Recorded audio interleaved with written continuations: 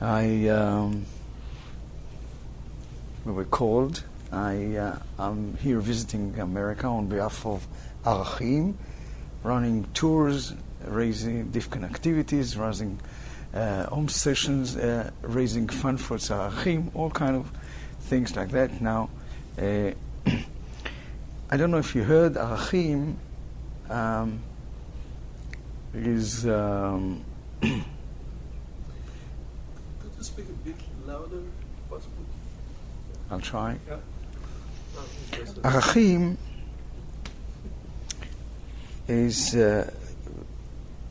was founded by a few scientists who were not religious and became religious, like me. And we feel that we serve as a bridge between two languages. The language of the Western rational scientific language and the Jewish and value and sometimes mystical language. There are two different words. And we try, because once you learn the two languages, you can be a translator, understand? So we feel that we should, because we had to pass this bridge, so we learned the two languages, so therefore we have an obligation to translate. And there are fascinating things on the other side that once you are familiar, you cannot understand them because it's a totally different language, And that's what we try to do and present. Now, for that is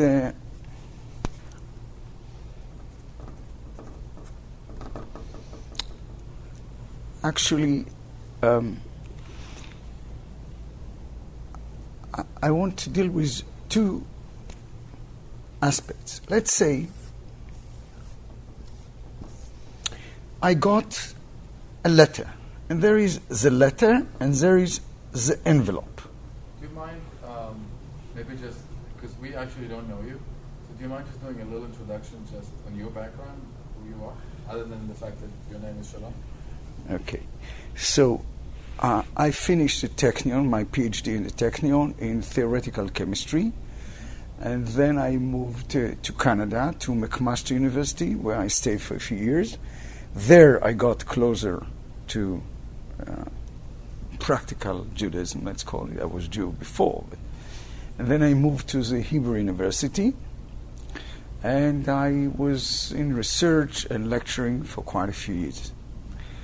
And then I was one of the founders of Arachim. Now, at the same time, could anyone help me with water? Sure. Just... Yep. Want a chair? Want a chair? On your left. No, okay, don't matter.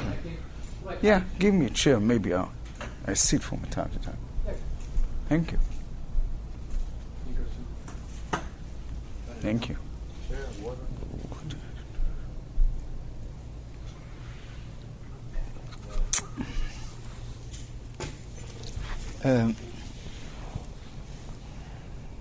Now, so talking about myself a bit more,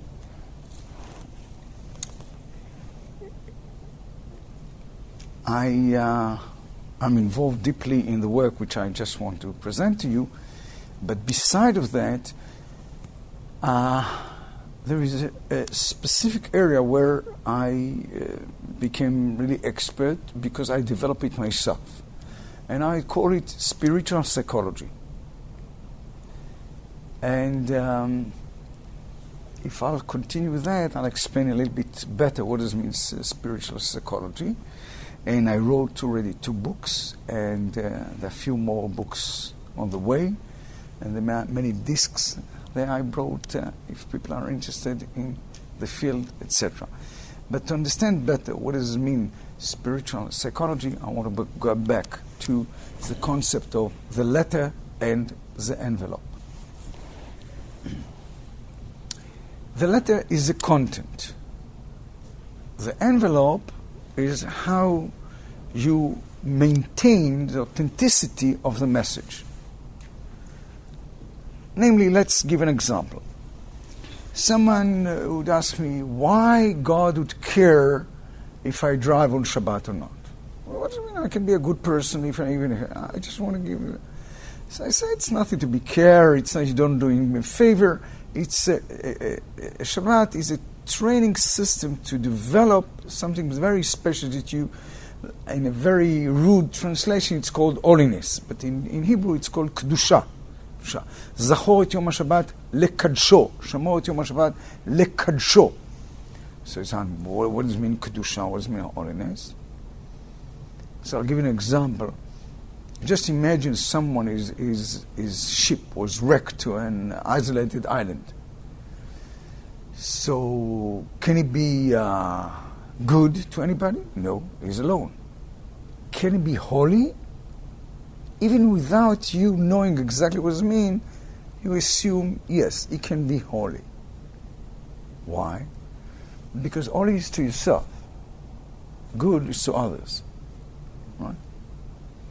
Now, so when we say kadosh, does not mean to be good. It means holy. So Shabbat is a very special training system to develop your holiness, not your goodness. So in order to understand how does work, I can explain to you, but at least you should understand what they expect from you in this training system. And here we come to a very, very important concept of Judaism. Judaism is a training system. It's, our sages said, "Lo nitnu hamitzvot ela letzaref ba'en et habriot." All the precepts were given in order to elicit your potential. So someone would say, well, okay, now I start understanding, teach me some more. But excuse me to say, maybe, it's very smart, but maybe Moses wrote it. Why should I take it seriously? I can take it as any other training system, and I can take whatever I want from that, because I don't know who. Why should I take it as an authority? It might be wise. There are many wise people along history. So the first question really dealt with the letter. The second question is dealing with the envelope. Who wrote it? You understand that? It's a total different thing. Now, when we have to deal with Judaism, we deal quite differently with the letter and the envelope. It's two different kind of languages and two different way of lecturing, understanding, and so on. When I deal with the envelope, I want to know who wrote it, and I don't care what is in. You understand? I just want to know what is the source, who gave it to me. Now, so how do I know? I would like to find what is the traits, what is the power, what is the characteristics of the one who gave to me. How do I know? By the mechanism, by the content of this. For example, let's take a very simple example. Let's assume that there is a prophecy in the letter. We just learned this parsha. We learned Balak. We learned this in Shul. We learned, and in Balak there are fascinating prophecies about future. And let's assume that I can prove the prophecies that were said were fulfilled. Well, of course, one might have doubts. Maybe it was said later on. Maybe it was falsified. I don't want to go... But let's assume I'm able to prove that really there were prophecies and they were fulfilled. Now I know one of the characteristics of the author. He knows the future. You understand what I mean? Okay. So that's when we deal with the envelope, we try to understand who gave it to us. One of the most important parts of that, for example, is the testimony of the Jewish people of the whole thing which happened in Sinai. In Sinai, we don't talk just about what happened in where God spoke to the whole people, but what happened the whole 4 years. There was a pillar of fire, there was a pillar of smoke, there was a man, there was a slave. They describe miracles every day, unbelievable, for 40 consecutive years. All right? So, of course, I understand that. So the book is claiming that the one who gave the book is able to control nature, history, fine. But how do I know that the message was transferred properly, authentically along generations? All right? Maybe people fabricate it. Maybe they wrote it many years later on. You understand? So in this case, the characteristic of the authors are very clear in this case of what I just told you. But then I come of a totally different question. Could I rely on the transmission process? You understand? So I have to analyze the transmission process. Is it safe? Is it falsifiable? Can I falsify such a thing? And we try to do game wars. Can I falsify such a thing? Do you understand it? So all this is dealing with the envelope. I myself wrote a book about the cults, major cults. Not all of them, but we analyzed quite many, the most, let's say, famous 8 ones, whatever. But actually, once you understand the principle, you can understand almost every cult, once you understand the principles of it. And so then we came to really the question, when I compare Judaism to any cult, or even to any other religion, I compare differently on the level of the letter, and on the level of the envelope. And then when I want to come to the cult, and I ask him, all right, you have beautiful knowledge, beautiful understanding, but where did it come from? If you made it up, fine. You're a wise man, I'll take whatever I want, okay? But I want due claim for some reliable metaphysical source. Is it so?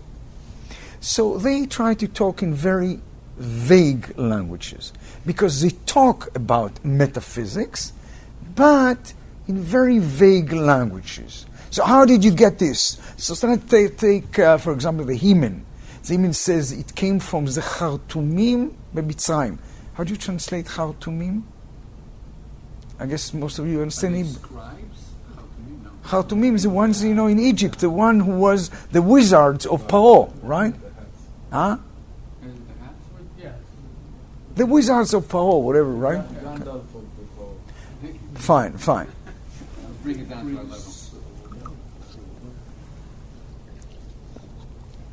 So, yeah, but it passed from generation to generation, and it came to one old man in Tibet, and me, the leader, I was the last one to learn from him, and he died. That's it. Well, I don't want to mock it, but I want you just to understand that they create a mechanisms that you cannot check. This is what's important for me. What's the difference between a cult and a religion?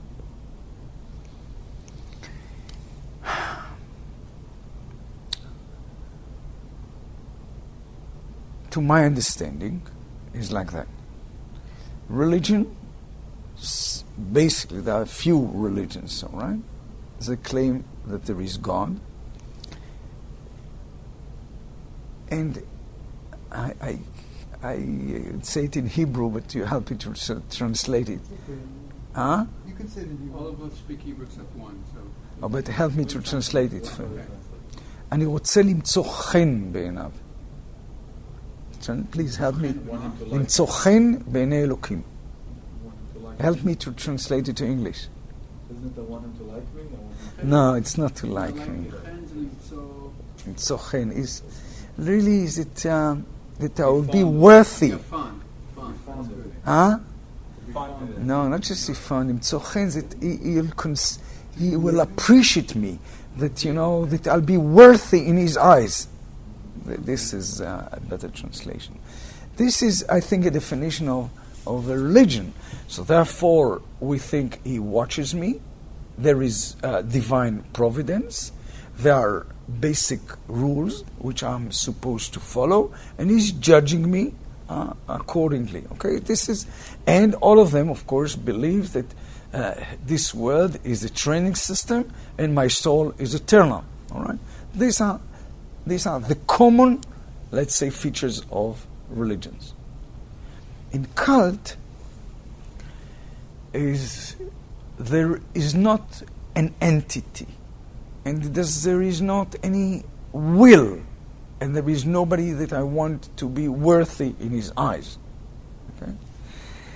But they say that there is, let's say, I'll give you a good example, is astrology. Astrology would claim, look, there is some connection between this world and some metaphysical world.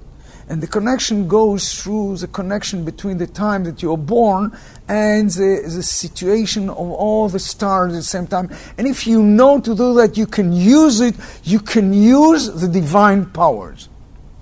This is the language. The language is the same way that I'm a scientist, want to understand the rules of nature, and I want to use them. A cult to tell you, look, I want to understand the rules of the metaphysical world, and I want to teach you to use them. You understand the language? But isn't there a cult leader typically? Isn't he considered almost an entity? Not all of them. Some yes, some not. No, not all of them. This is different from different cults. But you understand that basically he says, I'll teach you spiritual powers because I'll teach you the way the divine world works, and then I'll teach you how to operate it and get advantage of this world to your benefit, because you understand it's the same way as a scientist of the physical world, you'll be a scientist of the metaphysical one. Do you understand that? But there is nothing wrong or good. It's just we're talking about powers. You understand? It's a total different language. Well, it doesn't matter that I agree or disagree, that what I think about them. You just ask me the difference. I think this is a very clear difference.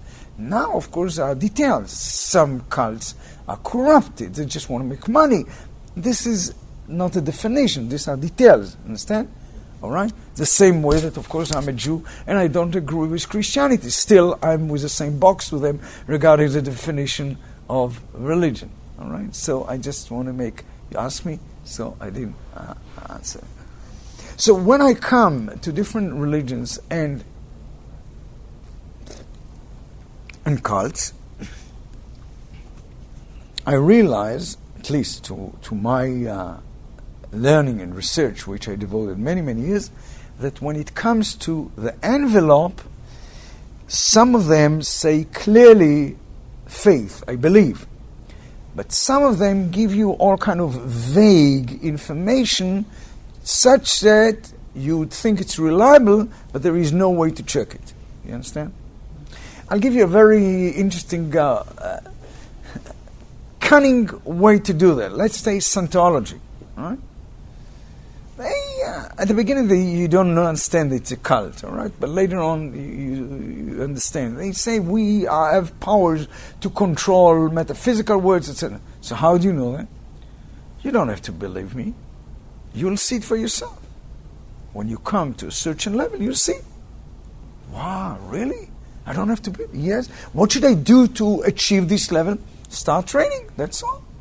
And I'll know? Yes, for sure. So how much, what should I do? Well, the first course is just $100. Wow, that's cheap. Then $500, then $1,000, then $5,000, then $25,000. By this time, you are a zombie already. You don't know to think anymore. By this time, you understand? So go. One day you will. If you do all this training, you lose your ability to think.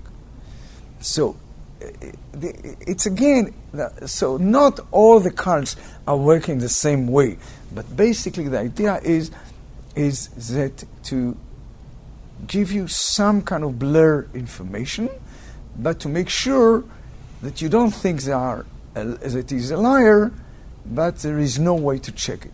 But some say, I believe. All right, some. But they just want you to know. In Judaism, this is very crucial, we don't believe. You should understand, the very essence of Judaism, we don't believe. We want to know about this envelope. I want to know that God gave it. So this is very crucial. Unless you accept the evidence or not accept the evidence, you are a judge.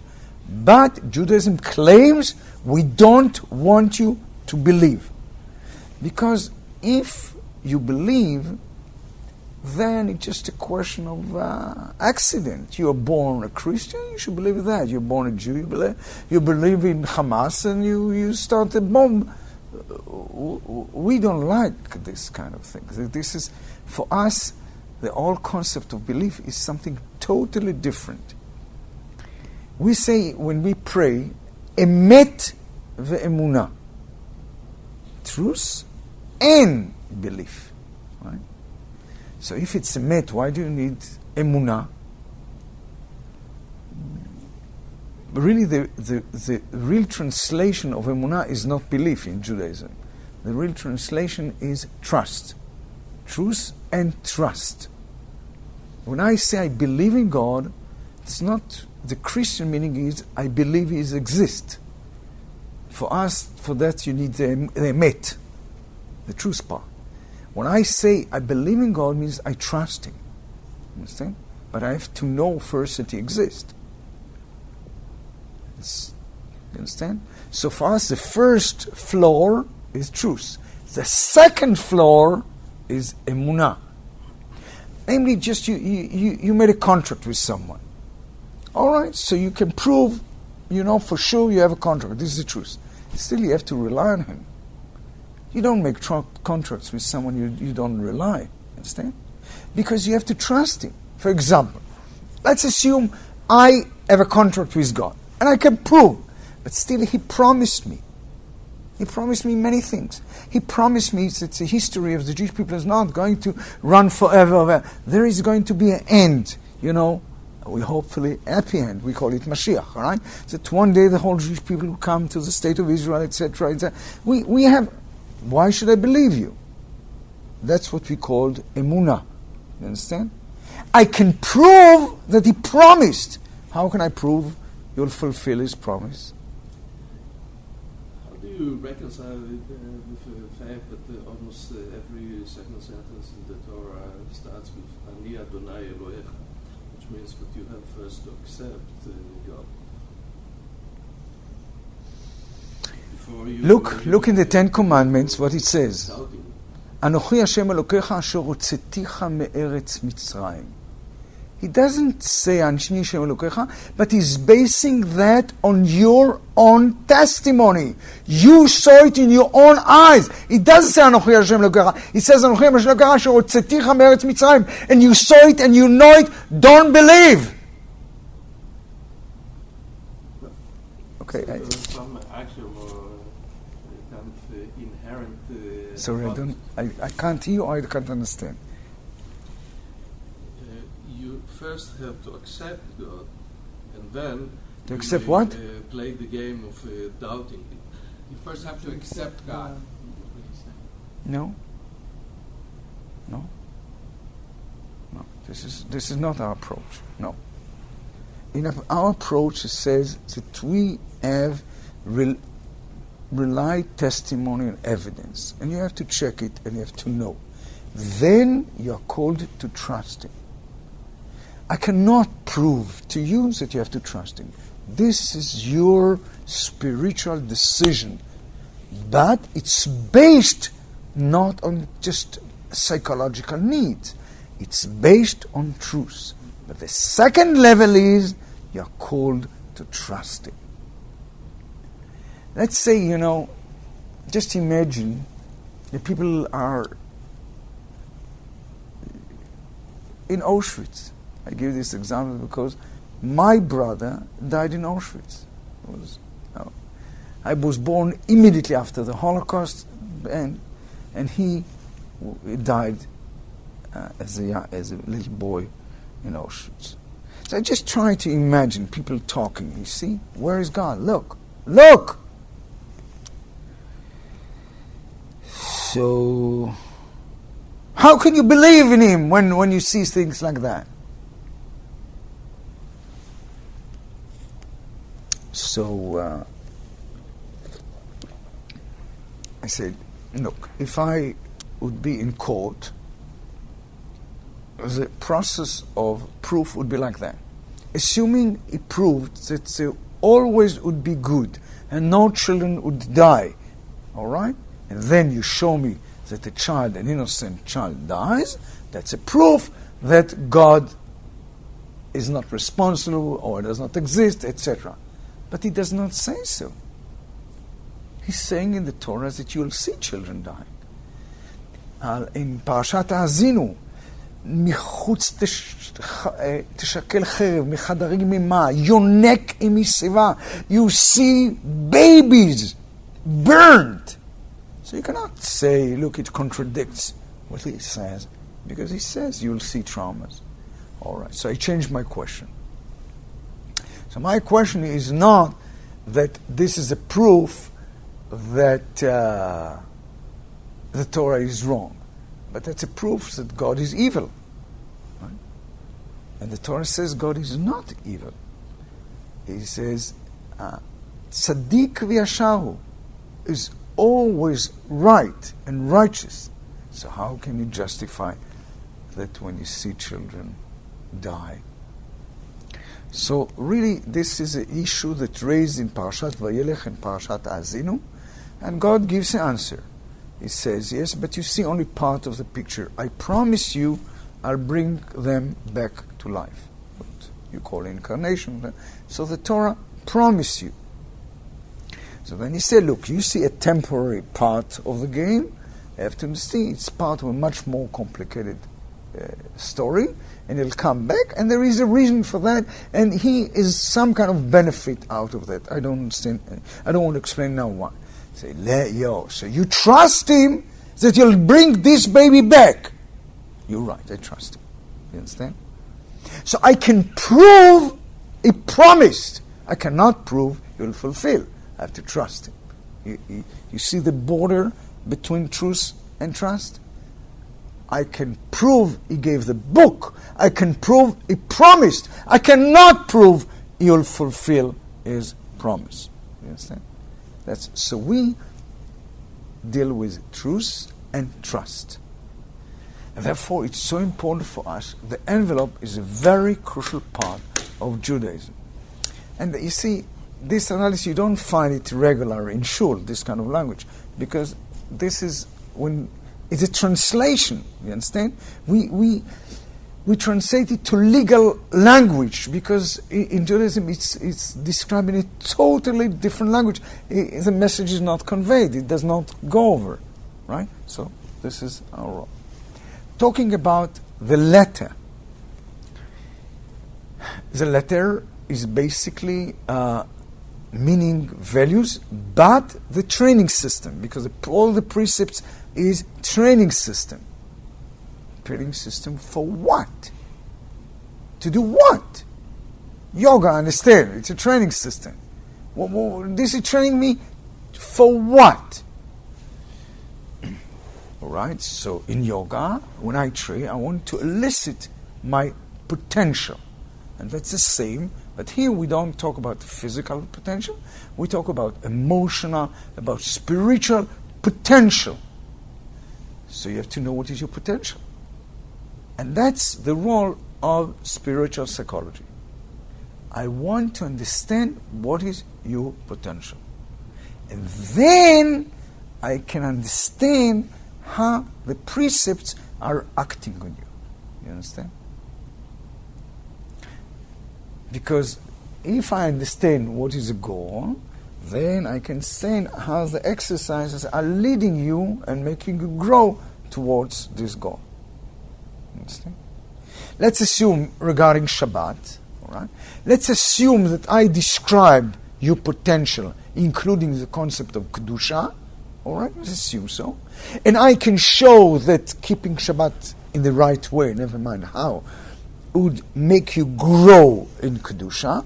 Then you see the theory of spiritual psychology with your potential would match with the understanding of the exercise, because the exercise makes you grow to accomplish your potential. You understand? There is a correlation between the potential and the exercises.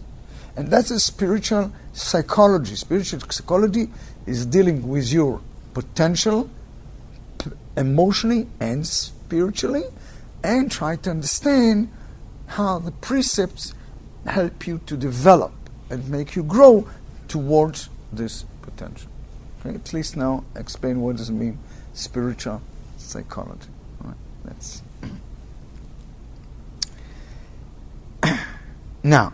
So after doing such a long introduction, I'd like to give some examples. All right, it's all right with you.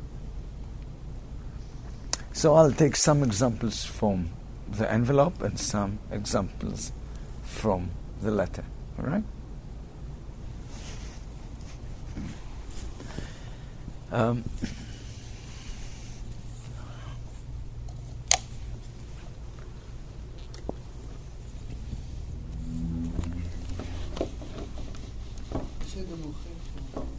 Okay, fine.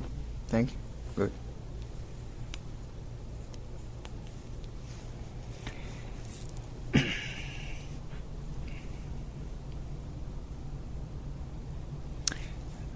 In neuroplasticity, in brain research today, we know that our brain is changing all the time. I recommend you a book which is called The Brain That Changes Itself.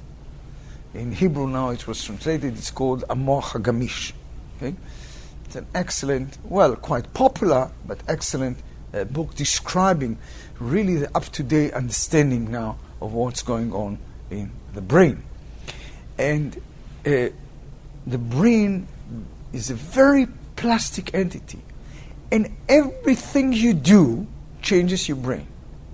But if you do it only once, there are some things, some connections, and we measure that after a short time they dissipate. Only if you repeat again and again, then they're covered with some material and they fix the cycles. You understand? And that's with training. If you do yoga just once, something is changed, but after a few days it's gone. But if you keep doing it, the changes is not mainly in your body, but the main changes is in your brain. And new cycles are created, and if you maintain the exercises, they are covered with some melanin, whatever it is, and they're fixed. And then very difficult is to break this cycle. Just to understand what's going on. You can do it for good things, and you can do it for bad things. If you get used to bad experiences, then it's very hard. And usually this is very strongly connected with addiction. Addiction is not just drugs. When you repeat a certain path in the brain which causes you pleasure without effort, listen to that, causes you pleasure without effort, it damages seriously your whole mechanism of motivation. Because you see here the effort, and here is the reward. Now, once I get the reward, it connects now to the center of effort and gives me strength to go again and again and again. Now, each time here, let's say theoretically at this point, there is a lot of cortisol which is released, and it's very difficult for me, the strain, but each time I connect with the memory of the reward, and some energy, some electricity is passing by, and I have the strength to continue. But, here comes a big but. Let's assume there is alternative source of pleasure. At that time, when it's hard for me, and remember on about the reward, the motivation is damaged seriously, because I remember I can get it without the effort. So,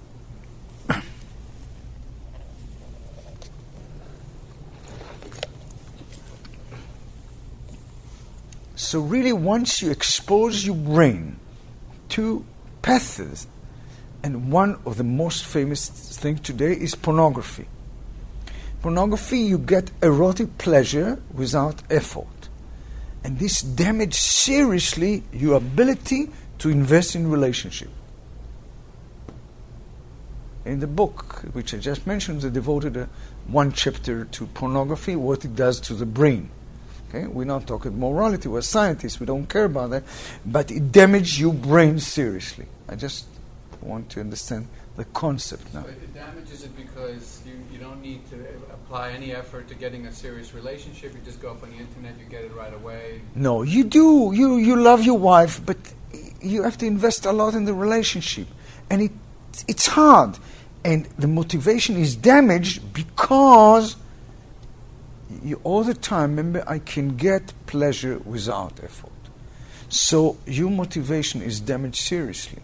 And really marriages were damaged seriously when people became addicted to pornography, even without any other women involved, nothing. But his all mental powers were damaged.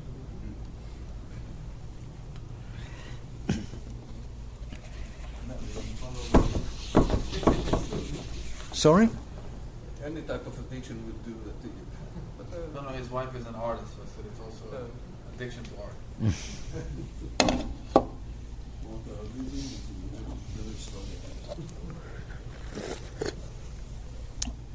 Now, in neuroplasticity, we learn a very fascinating principle. Let's assume there are two centers and I want to connect them. Well, should I do surgery, go into your brain? I don't have to do that. I can do it from outside to connect different areas. How? If you are exposed to two stimulus simultaneously, again and again and again, somehow the brain knows, you get a message, why the two stimulus go at the same time. Probably they are connected. Let's do something. So they send dendrites to each other and they get connected. Okay? In scientific language, when two neurons fire together, they get wired. All right? Fine. Now, we know that in advertisement, we use it, and we use it sometimes in a very cruel way. We connect things that should not be connected.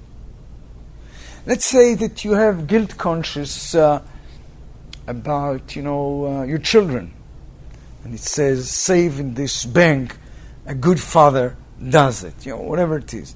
So you relieve your guilt conscience by saving this money, right?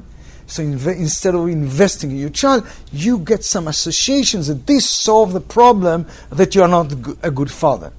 So these connections, right, many times in advertising, we are doing you damage. We connect things that should not be connected. I just give you a simple example to that. Now, let's assume I do connect things. And here, let's say this is trigger 1, and this is trigger 2.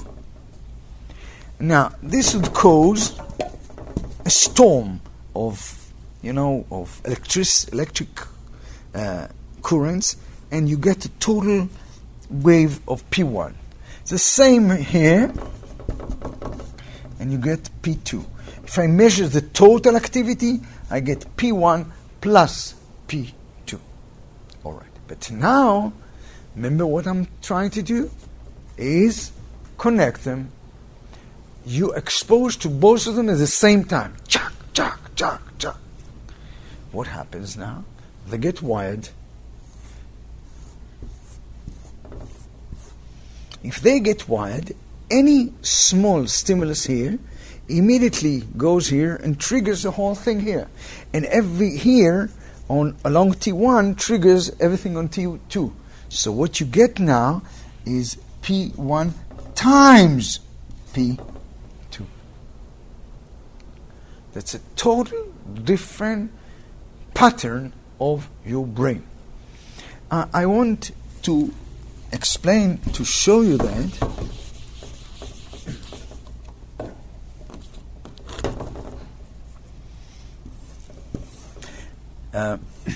let's talk about Maccabi Tel Aviv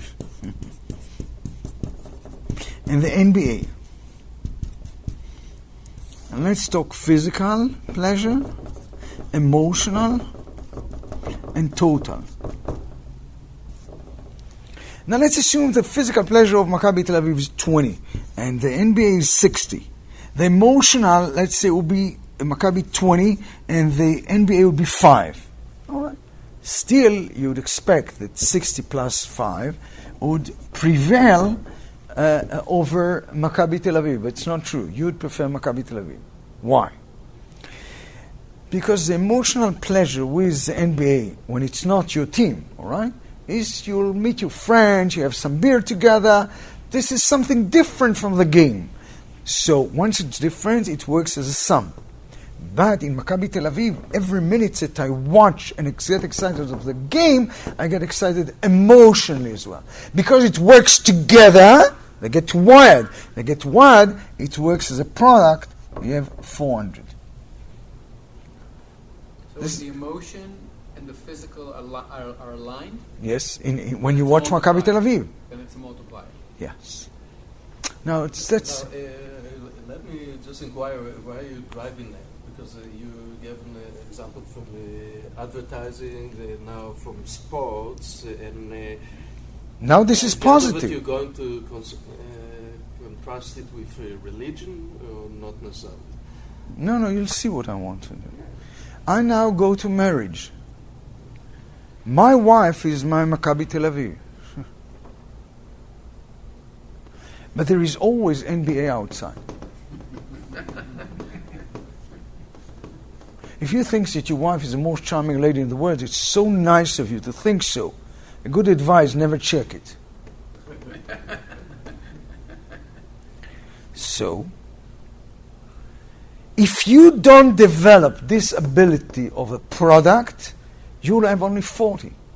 And you'll be always frustrated.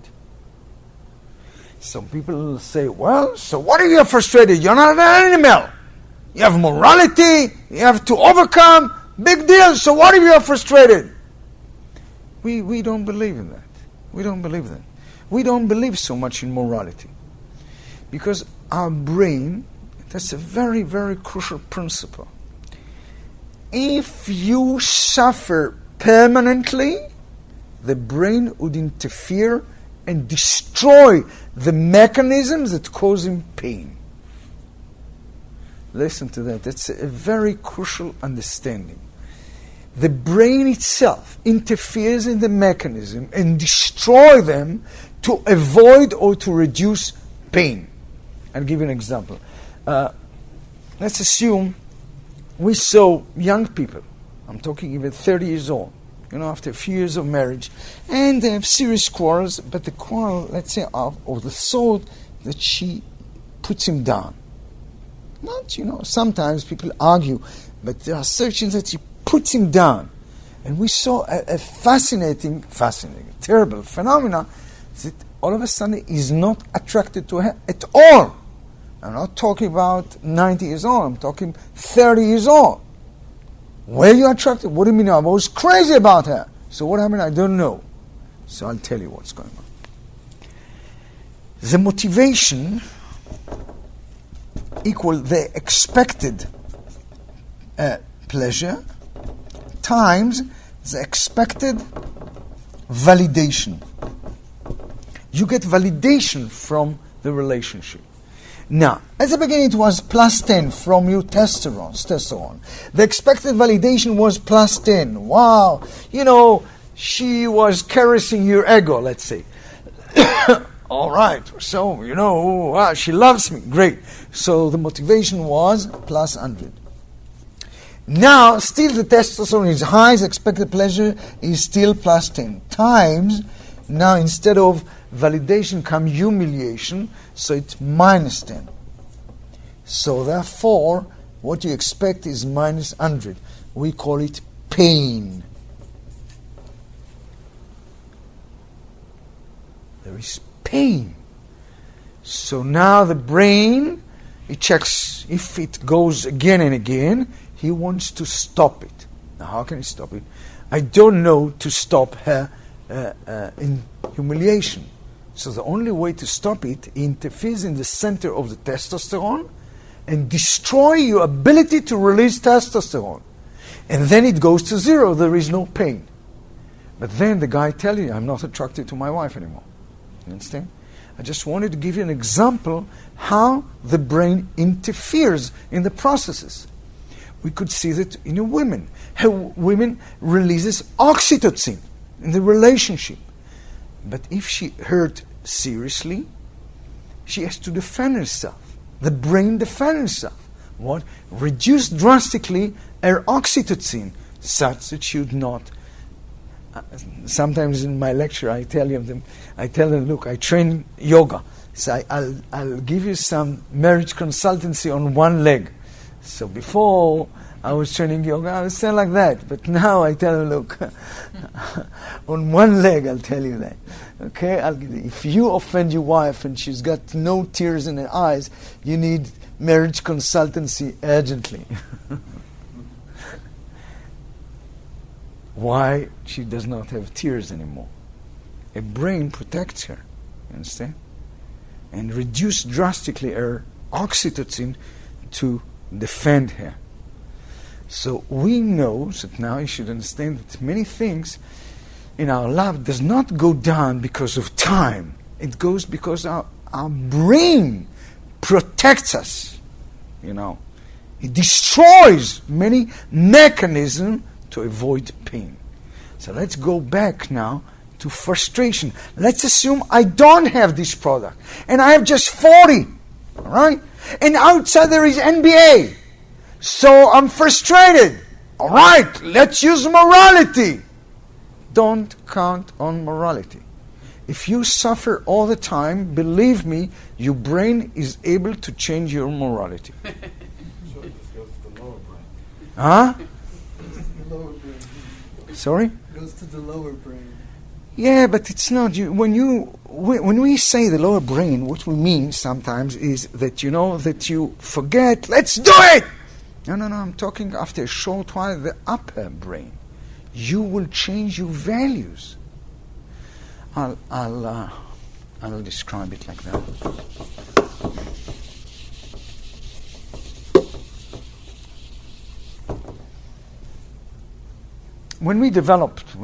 As I told you, in the spiritual psychology, we develop an equation. Excuse me, I'm a scientist, all right? So I work within the framework of science. For me, I don't like, there are mechanisms and stages where I can pinpoint down to understand that. So we developed a whole equation for the willpower. But part of it, which is very important, are the weights. Weights. Let's say, family, money, status, etc., friends. Each one has some kind of a weight. Let's say this would be, 40% for you.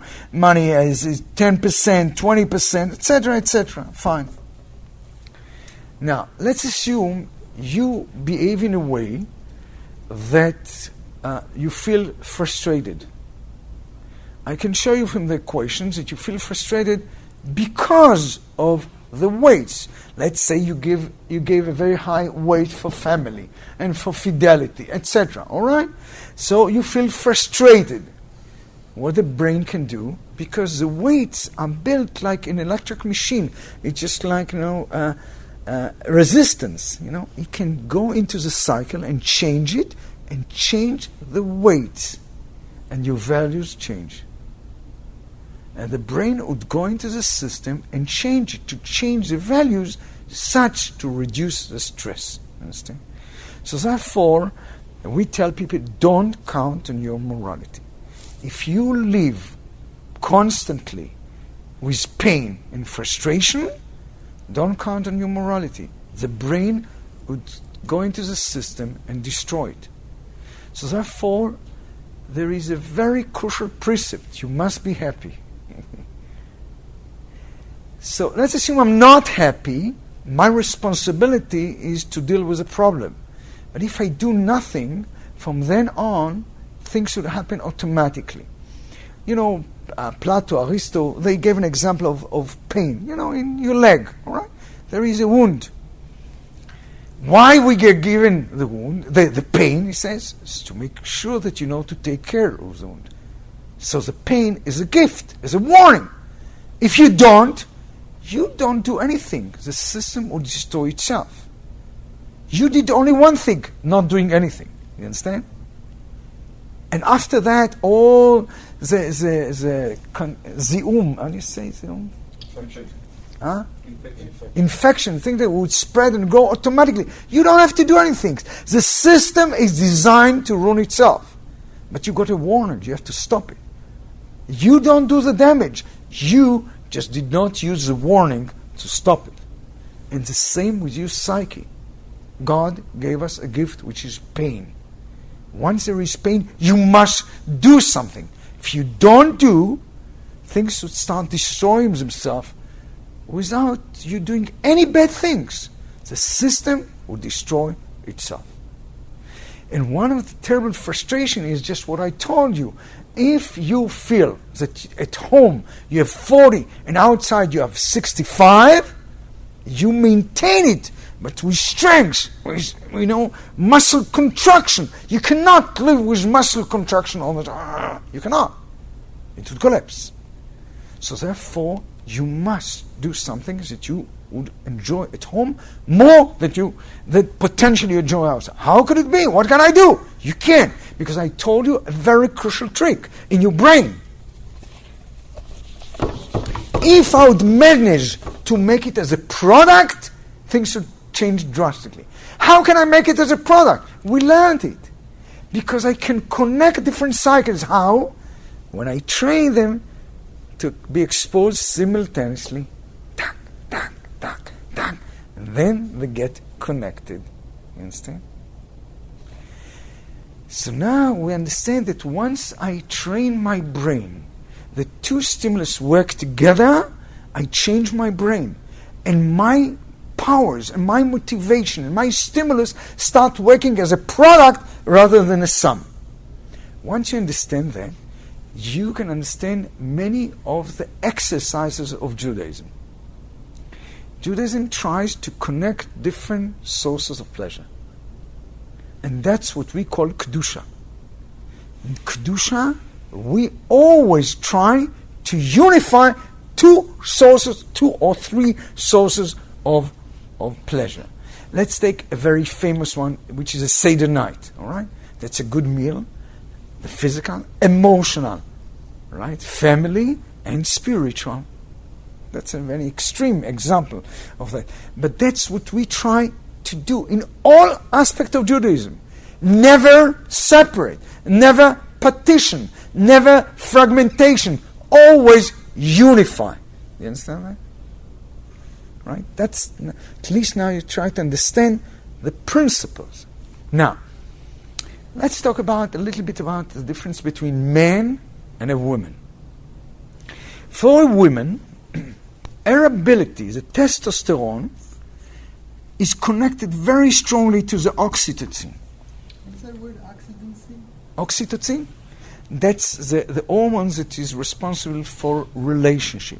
They took some mice, the Ferrari mice, which has a similar monogamic structure like us. So they injected to the female oxytocin, and she was exposed, to some male, and she was attached to him. She looked for him. She found him within 1,000 males.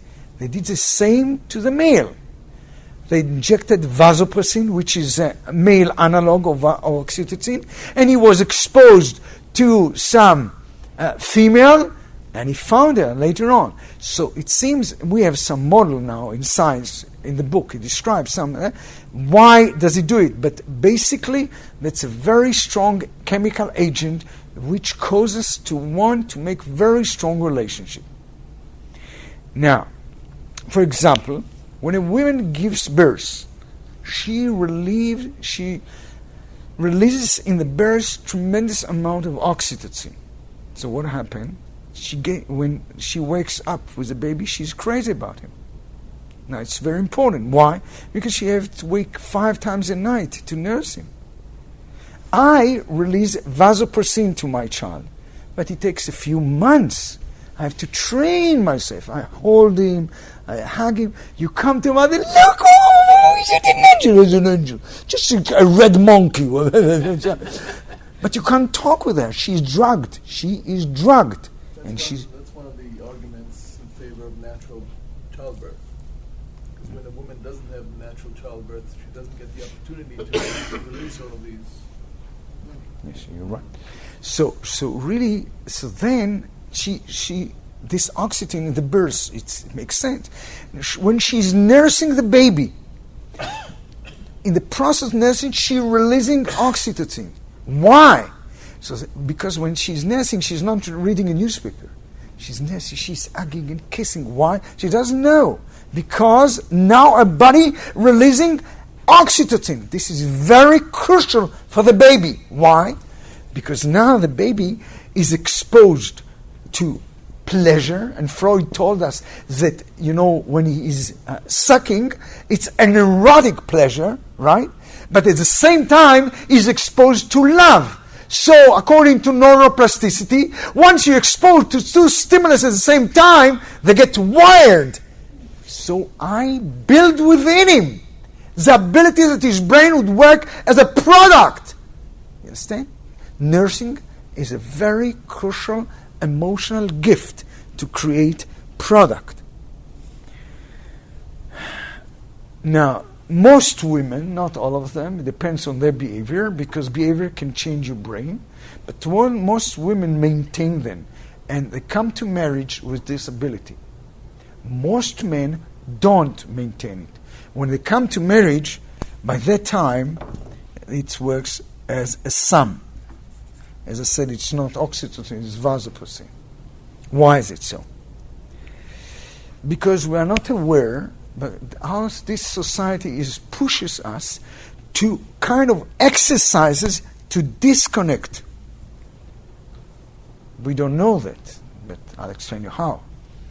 We live in a very permissive society, and they make a lot of money to arouse you. The pop, the movies, etc. You talk about a young boy, all right, 13, 14, 15, etc. You drive him crazy. So what should you do? Because the amount of testosterone by a male is 10 times fold than the woman, all right? So you drive him crazy. What should you do? So the whole society tell him, look, there is a very simple mechanism, masturbate. I don't deal with the morality. I don't care about it. But I want to understand what happens in masturbation. All right, he artificially now evokes the testosterone. At the beginning, when he starts, it releases a lot of vasopressin because with him it's connected. But now he feels pain because vasopressin means he wants relationship. But when he masturbates, there is nobody to make relationship with. So there is a lot of pain. What the brain is doing with pain, let's get rid of it. What? The simplest way is to disconnect. So therefore, because it's so basically part of our culture to expose youngsters to a lot of erotic stimulus and tell them masturbate, they are going through brain exercises to disconnect things. So therefore, when they come to marriage, it works as a sum rather than a product. So, as I said, my wife, not every woman, but most women come to marriage with a product, I come with a sum. So at the beginning I don't feel it, and this is because of the startup company. The dopamine is a startup company. We fall in love. This falling in love is a very tricky thing. It has to do with dopamine. Sensitive people, we say it lasts 3 years. Insensitive, 3 months. World average, 18 months. and then you're stuck with mortgage and diapers for the rest of your life. Just see, this is a trap. That's it. Now, all right, so I'm careful. I know already the trick. Even if I fall in love, I don't get married. No, I want to know if it lasts. This is tricky, because I tell you it's not going to last. So then he becomes Don Juan, he tries, and after a while he tells him, look, I'm sorry, it went over, it went away. It's not my fault. Just imagine someone has a startup company. Well, it says a big invention, you come to investor, what do you put? Yes, $1 million. All right, so now, what do you do now next? Well, as the CEO of such a big company, I think I deserve at least, let's say, $30,000 a month. And I have to go and meet important people around the world, and I don't think I should fly anything but first class. And I have a suite of $2,000 a night, etc. And after 2 years, the money is gone. You stole my money! No, I'll give you an account of every penny. Every penny. So my money is gone, sorry. So what will be next? I'm looking for another investor. So then comes the next investor, and the next investor. He doesn't steal, but he's a crook. Many people unknowingly behave like that. At the beginning of love, this is a startup company. So God gave us dopamine. All right, so I got excited. But then it's wasted. I'm sorry, dear lady, it's gone. It was wasted. So let's find another investor. And people don't understand, they behave as crooks, even though they don't mean it. What should you do? When you get a startup money, it's only to create money. But these guy people don't know to create love. They just have love out of chemical compounds. If you just have love out of the chemical compounds and you don't know to create love, eventually you're going to come to a terrible frustration. So we tell them, look, God gave you startup, but you have now to create. We don't know to create love. We don't know to do that. Part of it is I want to train myself to have my brain working as a product rather than a sum. Okay, I just want to understand the concept of Judaism. How can I do that? Remember, if I'm exposed to two stimulus at the same time. All right? And I'll show you. I'll give you an example. Just imagine I walk in the street and come and attractive women there. And my testosterone, unfortunately, is very immoral. Very immoral. It doesn't care. Jump. You can do a blood test in the middle of the street. Leave me alone. All right? Would it be a chimpanzee? I guess I would jump. All right? But I'm a human being, so there are some cycles which we call social cycles. And they're connected. I cannot afford myself to have physical pleasure, and degrading myself as a human being. Some people are, and therefore they're able for rape. You understand? The people who are raped disconnected these two centers. But most of us, these centers are connected, so I'm not able. So I want to do it in a social way. So I make a pass on here. All right? Fine. But look, I'm married, I love my wife, and beside of that, I'm religious. Understand? So I'm stuck. What can I do? And my testosterone goes up, and she's just there. What should I do? Wow, something. I'll hold myself. I don't even smile to her. I don't say good morning. Great tzaddik, right? But then there is a pressure in my brain. Now, our biology is designed to release pressure. When you have pressure in your stomach, you know what happens, etc. When you have erotic pressure here, the natural way to release it, it's fantasy. And you don't have to want it. It happens automatically. And the more we learn about pornography, we understand how it works. I don't want to go into that. But then you create movies in your mind. They're part of your psychology. They're part of your relationship with your wife. I don't want to come to that, but it's damaging seriously the intimacy.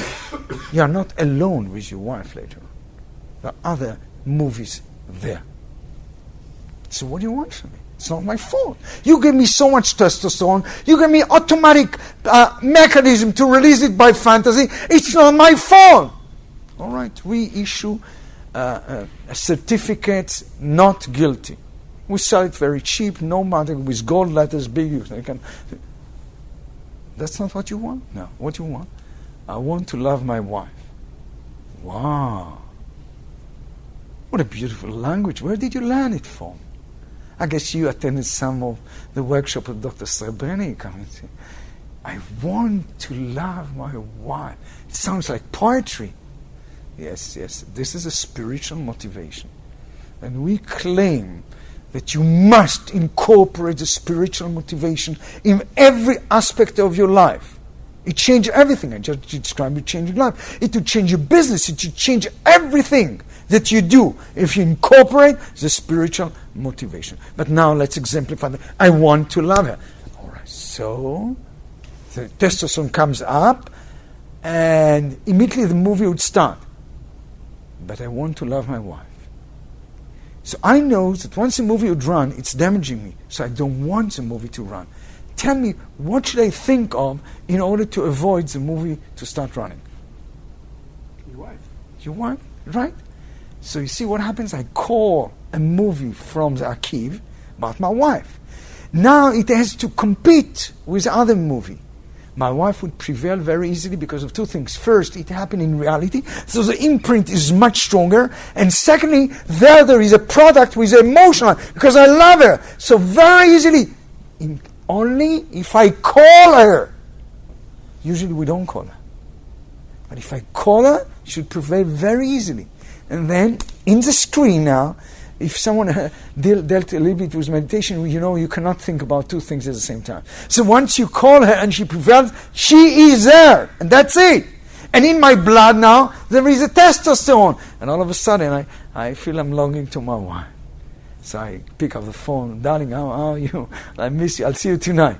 We are hypocritic. You say as if you have love. It's all started because of the other women. You say as if you miss your wife so much. No, I'm not hypocrite. I really missed my wife. I didn't lie to her. I cheated, but not my wife. I cheated whom? The testosterone. It was released because of one woman, and I channeled it to totally another woman, to my wife. Because I not only love her, but I want to love her. So what did I do, actually? And let's summarize in short. Whenever I'm ignited physically, I train myself immediately to think about my wife. I train myself. So what happens? This is a directed imagination. So what happens? I train myself that the two stimulus work together. The more they work together, they get wired. The more they get wired, my brain works as a product rather than a sum. So what happens when you come home with that movie about your wife, but your wife, is busy doing something else, and she's not interested in your movie? I understand. So, but at least you have patience. Look, in the middle, but you have the motivation, etc. Because it created totally different structure. Now, when you would be with your wife, the stimulus, the pleasure is much higher because it works as a product. Then it can prevail any NBA from outside. I just wanted to exemplify what do we mean by spiritual psychology. We want to understand what the precepts are doing to us, why changing us. You understand that? All right. Let's move to a few examples for the envelope. All right? Fine? Hmm?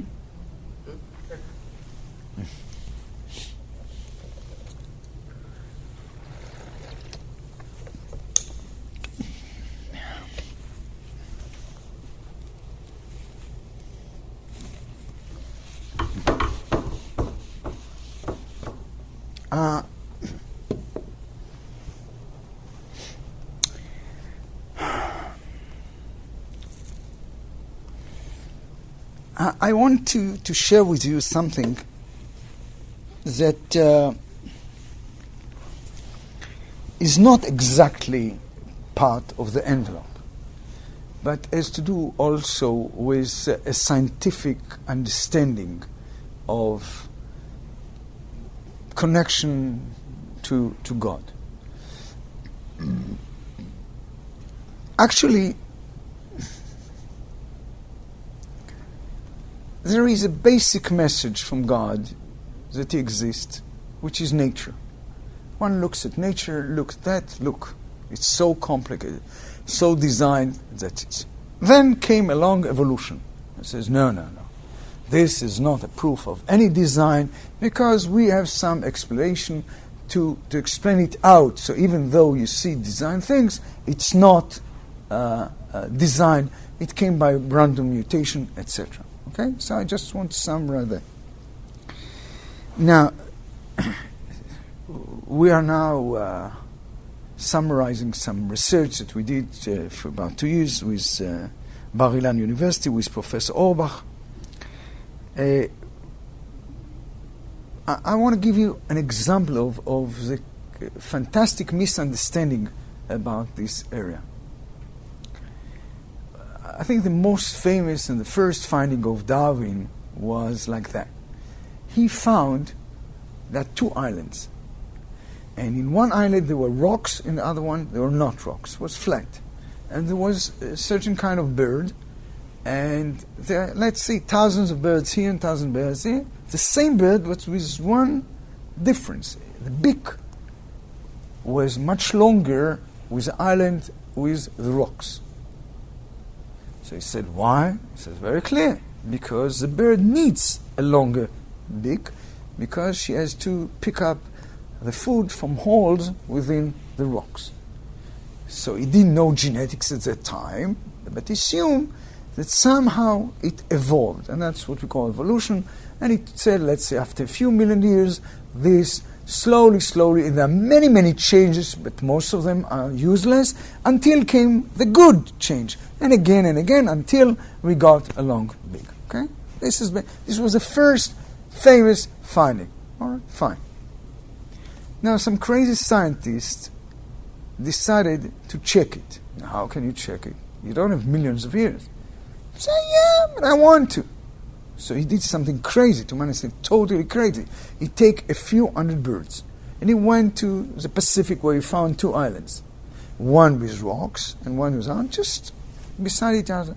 And he released 300 birds with the short beak. And after 2 years, not 2,000 years, not 2 million years, 2 years, just the time for the newborns to multiply. Hundreds were here and hundreds were here, and were very clearly separated by the island with the rocks. With the rocks, all the birds had long beak, as if they lived a few million years. What does it mean? That means it's not evolution. In the bird, there are 2 genes. A gene for long beak and a gene for short beak. And somehow the mechanism of the bird knows to shut off one gene and to start up and turn on another gene. And that's what happens. So really there is evolution, but not by random mutation, but the system opens and shut different options according to what happens outside. I tell you, the most fascinating finding regarding that is something with what has to do with what you do, which is exercises.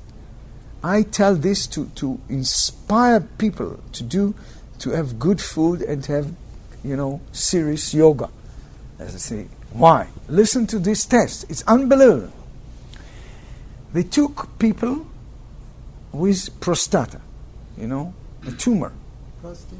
Prostata. That's it. The prostate cancer? Yes, cancer. And they wanted to check if the way of living would change the rate of growth. So they, asked him to start serious exercises and change to healthy food. And they measured the size of the tumor. After 3 months, fine. Reasonable experiment. But automatically in this lab they would take biopsy. So they took biopsy before and after the 3 months.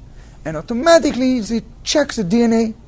Well, it's nonsense. The DNA should not change. The DNA changed drastically. How comes? That's opposed to everything we know about DNA. Not true. Because every gene has a shelter, right? That you can turn on and you can turn off. And actually the same genes were, but hundreds were turned on and hundreds were turned off after 3 months. So you should understand that when you do exercises, you change your DNA. You should understand it. Not the theoretical DNA, it's because all the genes are still there, but the practical DNA is changed because many you block them and many you wake up. So the actual DNA is changed when you do practice. Now you might say, well, it's just me, but how can it go to the next generation? There's a whole science today, it's called epigenetics. And it proves that this kind of changes go, some of them, to the next generation. You train, and some of them, we know we know people that malnutrition, the children are shorter. And just because the genes were blocked, not because of other things, not because you don't have enough food, but because you don't have enough food, the system tells you to shut certain genes, and somehow it goes to the next generation, even though the children would have enough food, but already you give them the message, shut off these genes. So you should understand the changes you do in yourself are transferred, some of them, we don't know yet, whatever is transferred to the next generation. So you should know that many of the things that were claimed to be by evolution are not by evolution. They are evolution, but not by chance. I have to remark here that what you're discussing here is gene upregulation and downregulation has nothing to do with random mutations that may happen over a very long period. So I don't necessarily share your opinion that this destroys any theory of evolution. Sorry? The last sentence I didn't understand? It doesn't destroy. It doesn't destroy? No, I explain. Of course it doesn't destroy. But, please. Different time scales. Yeah, but understand. But you should understand, we claim that the regular random mutation contradicts many, many facts and laws of nature. But then come, look, but you see evolution. This does not contradict. This can explain why you see evolution in spite of the fact that we say it doesn't happen randomly. This, you should understand, the process goes like that. You see evolution. We claim that the regular mechanism suggests is impossible. But they ask you, yeah, but you still see it. But now I say, yes, we see it, but the explanation is totally different. I just wanted to understand. That's it goes. It doesn't contradict them. To contradict them, we have totally different things. It just answers their question. If you say that our mechanism is wrong, how comes you see evolution? Say, yes, there is a totally different reason why you see evolution. I didn't want to go into details. I want to share with you. I don't mind to give you a whole lecture on that.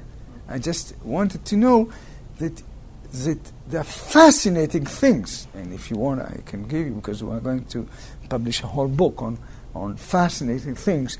So for us, we deal with it. I just want to know, as scientists, we deal with it. And because now another area of dealing with science I need to ask a question. He knows a lot about this topic, so I'm curious about how you reconcile the difference between a long-term mutation, random evolution, and the ability to switch on or switch off genes. And you're saying that they're not contradictory, you're saying that they're compatible. Yeah, but no, it's not only that. I say that many of the things that they say that happen a long time with random mutation, we say it's not true. Because we collected hundreds of examples of evolution in a short time, which is impossible according to evolution. Take, for example, the Eskimos. their body is designed fantastically for the cold weather. If you see, they're rounded, everything is designed beautifully. So there are a few genes for that. The number of years, according to all anthropologists, between 10 and 14,000 years. There is no way, even to any evolution, that in 10,000 years you can develop randomly a gene. So what happened? Really within you have these genes that could fit to cold weather. And if you'd live in cold weather, you will change. You come from the same mother, African mother, according to the way I look at it. We all contain all these genes. I can't hear. I'm sorry. I have to apologize. Uruguayan. What do you say? What I was saying, that it's not surprising that we share many of the genes of the Eskimos, and certainly in their environment, genes were upregulated, while in our environment, I understand. This is different from them. What I say is very straightforward. It's very nice. I just want to know that most of what people see as evolution, we claim that this is a process. And we say that the random is not true. But, so in order to say why it's not true, we have evidence and mathematical and scientific analysis why it's not true. This is one area which I didn't touch at all.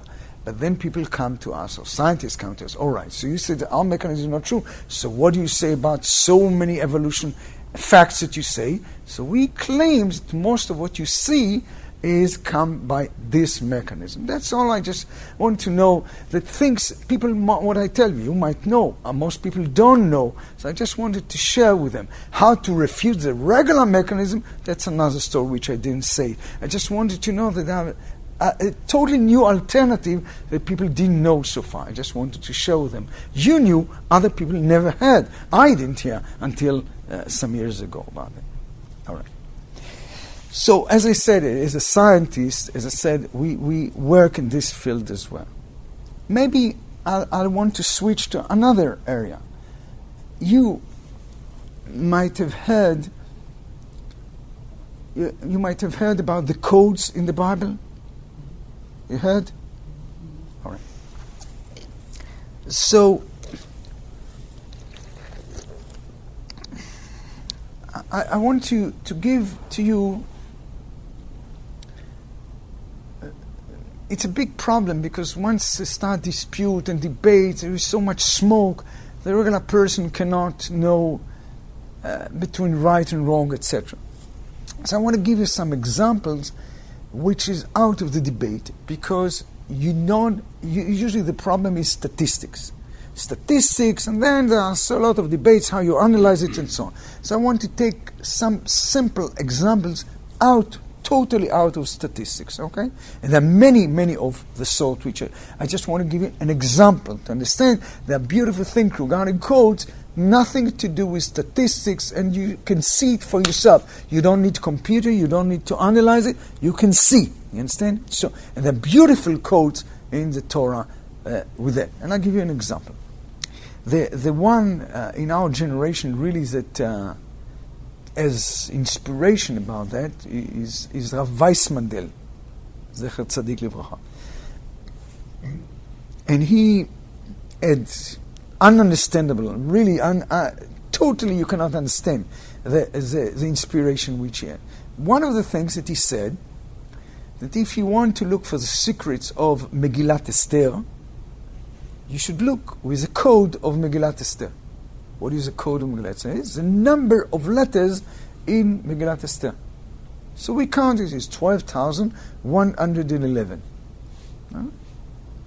So if you want to find codes like that with this, there is a simple technique. What you do is you write the Torah where in each line would be 12,111. So if now you write it and then you see it's a table, a chart. Now, if you see all of a sudden the words that appears vertically, that means that from every from every letter in the words, the distance is 12,111, because in each line the same letter. So actually, once you see it vertically, you know. You understand the process? All right. So we arrange it like that, and then we ask the computer, find me Amalek. And he found Amalek. There's one Amalek. All right. I think. You mean in one of the columns? Huh? In one of the columns. Yes. Found Amalek vertically. But where did he find it? In Sefer Bereshit, when you have the Amalek twice, one Sde Amaleki, and the second is a grandson of Esav. So the first Ayin of Amalek is exactly hits the first Amalek. And then the Mem, and then the Lamed, and then comes the Kuf, where the Kuf hits the second Amalek. So actually you have, between Amalek to Amalek, you have the word Amalek with a skipping distance of the Megillat Esther. And all of a sudden you get by the side, just by the side, Amdata. This we didn't feed the computer. This we found altogether. All right, so I look at that and I say, can it be random? You understand? So but this is not computer. This is not, you do it computer just to help you technically, but not to calculate probabilities. But we found unbelievable things like that with order and design and beauty. I leave alone now all the things with computer probabilities because there is a lot of smoke over the debate, so I leave it aside. But it's a beautiful, simple thing with simple beauty that you look at that and you see its design. So as I said, this is another area of like that. It's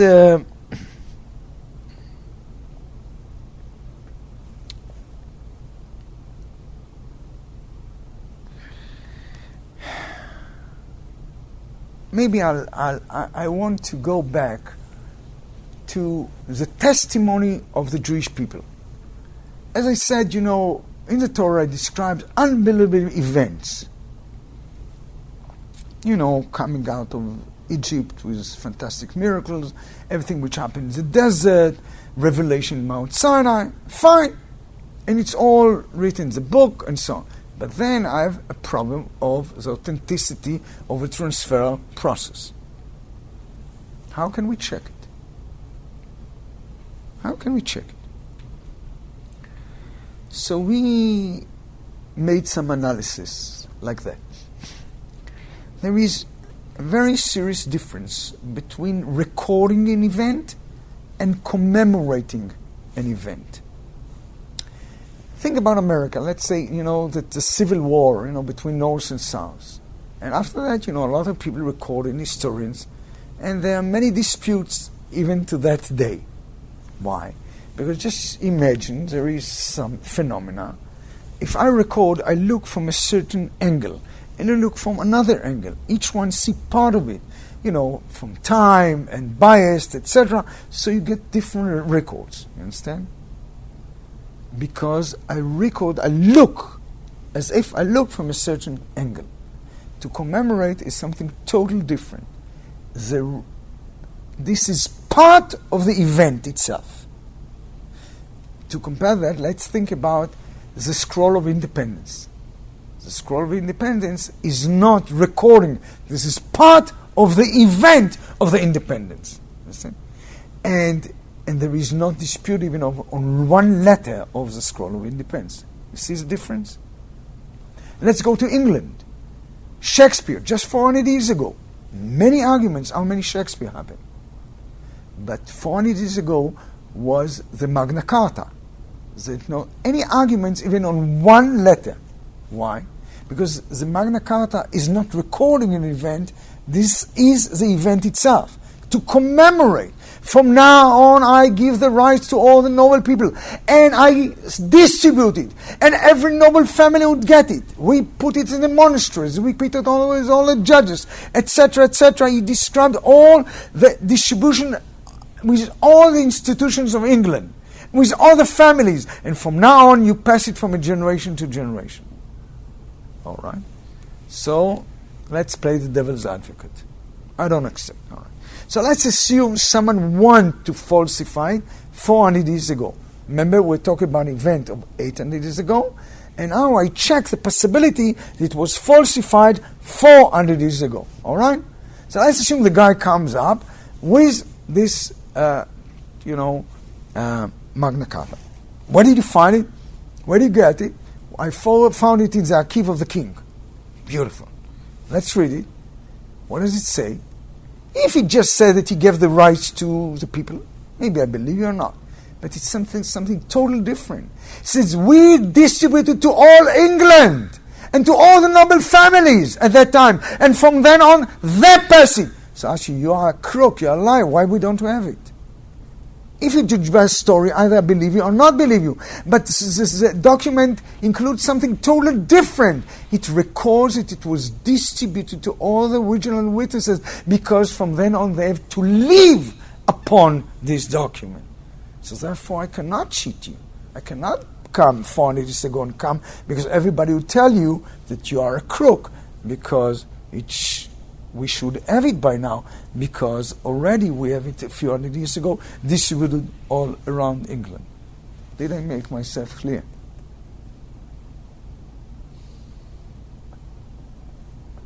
This is a... I'm not sure I could... Not sure. All right. So I'll try.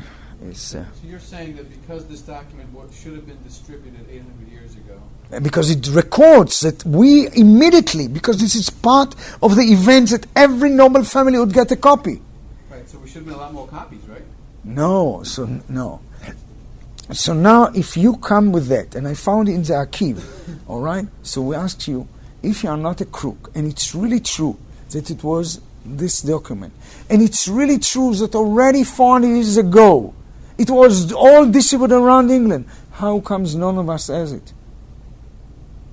So that means you made it up. So the fact that the document described that it was distributed to all the original witnesses, this avoids the possibility to falsify it later on. Because you're assuming that other people have copies of it. Because what? You've described the fact that other people have had... Not just other, the whole nation. People, right. Yes. So everybody has gotten... Yes, so therefore I cannot come and say, look, I found it. Yeah, but the book, it describes that everybody has it. So how come we don't have it? That means that you falsify it. Understand? If it would be just the story that he gave the rights, all right. But the book does not describe the story. It describes the distribution to all the original witnesses. Understand? So this is a mechanism. You should have to understand the difference between recording and commemorating. Understand?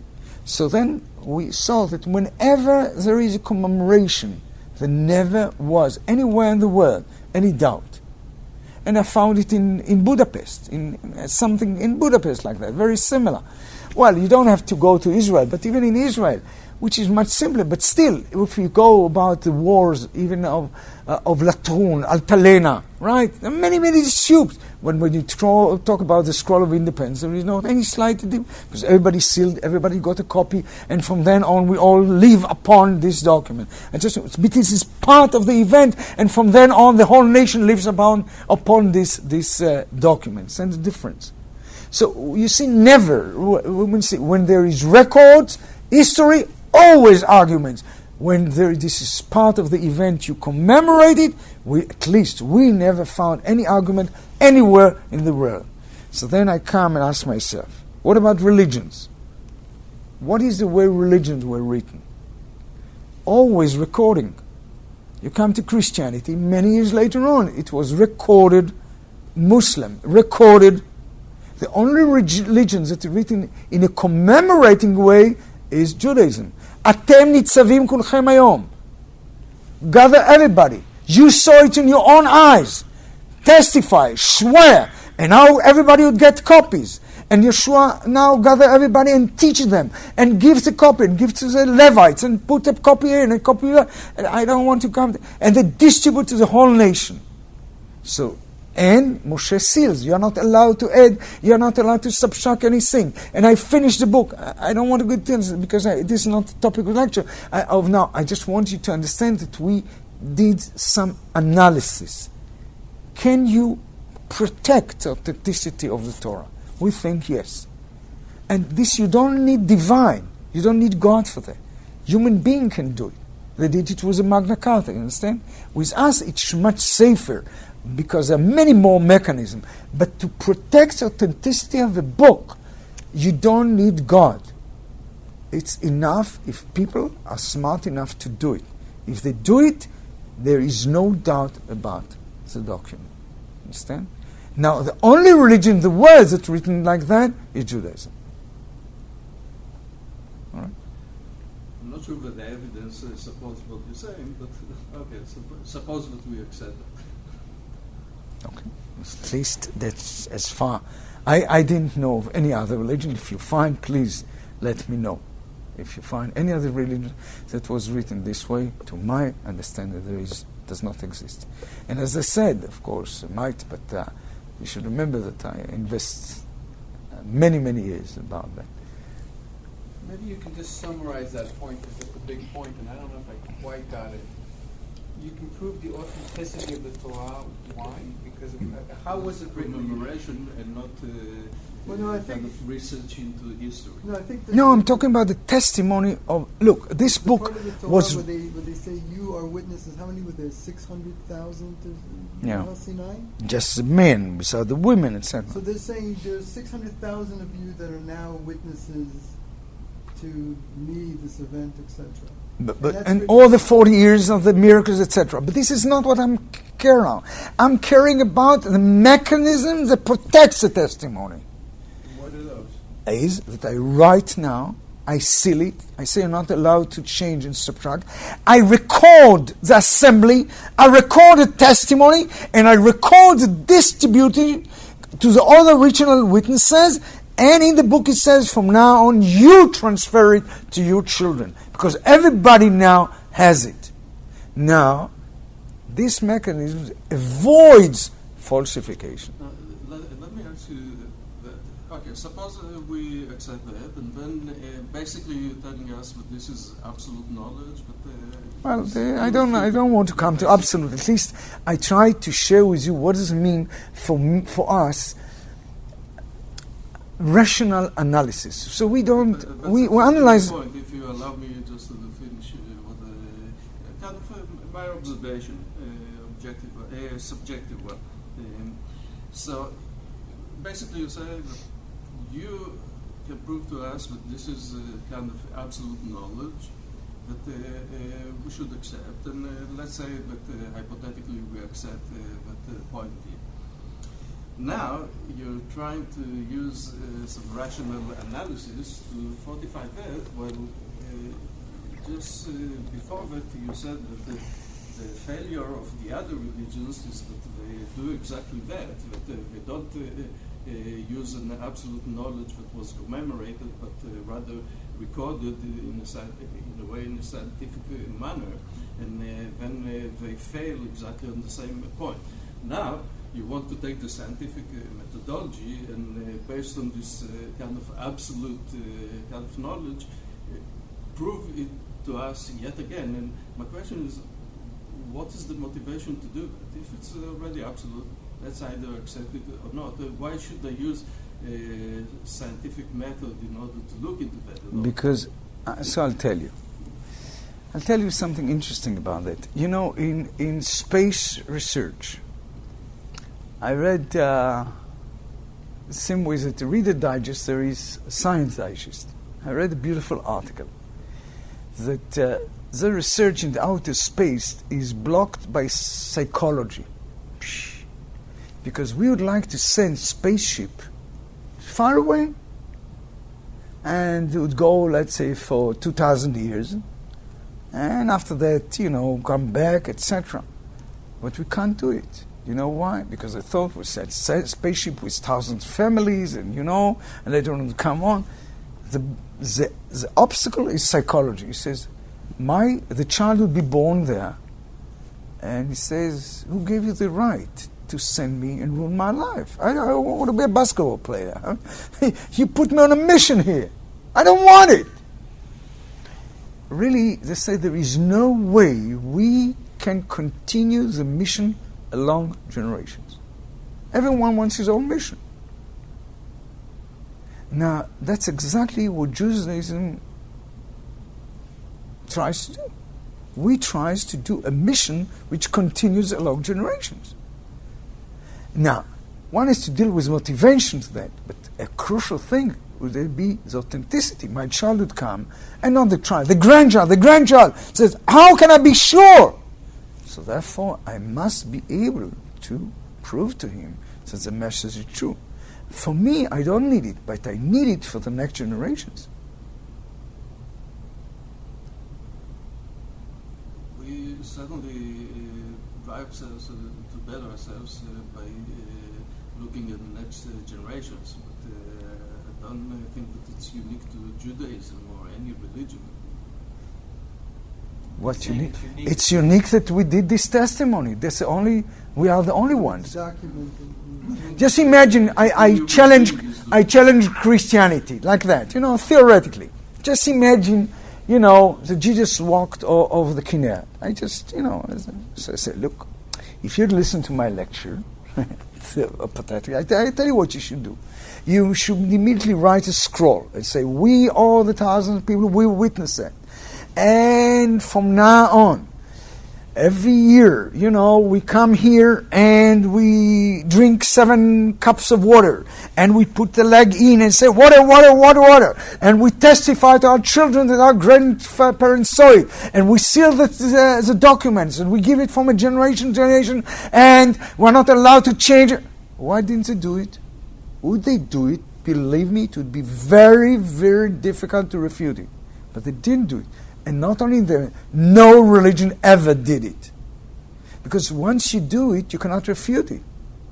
So why didn't you do it? Because you can't. Because it never happened, just my opinion. You cannot do it on a story. You must do it on reality. They do it in stories, so therefore they must record it later on. Judaism did it in real time. Yeah, I won't get that point of the real time. Because, there are these 5 books of the Torah. Are you saying that each and every story, each and every part of it was done in real time, from the creation of the world, all the stories of Cain ve'Evel and Tevat Noach, and all of that was commemorated on the spot by somebody and then passed on to another generation? No, of course not. I don't understand what you're trying to say. No. When I say real time, I mean by the time Moses. Moses wrote everything. And God dictated to him Some of it was recorded from past events. No, so we claim, at least Moshe claims, that everything was told, he wrote it dictated by God. So actually you're right. So when I read the Torah, let's say that I lived at that time, and I said, look, in the Torah it describes the creation, it describes Noah. How do you know that? I said, I don't know. I said, just Moses gave. This I don't testify. You're right. The Jews don't testify for the Noah. They just testify that Moses gave them the book, and he said to us that God told him to write it. That's what they testify. But they testify only the events of Egypt and in the desert. What happened before, they cannot testify. You're right. After? Sorry? And after? No, I'm not. I'm talking just about what happens in the Torah. After that, it's a totally different mechanism. I'm talking about that. What's the after?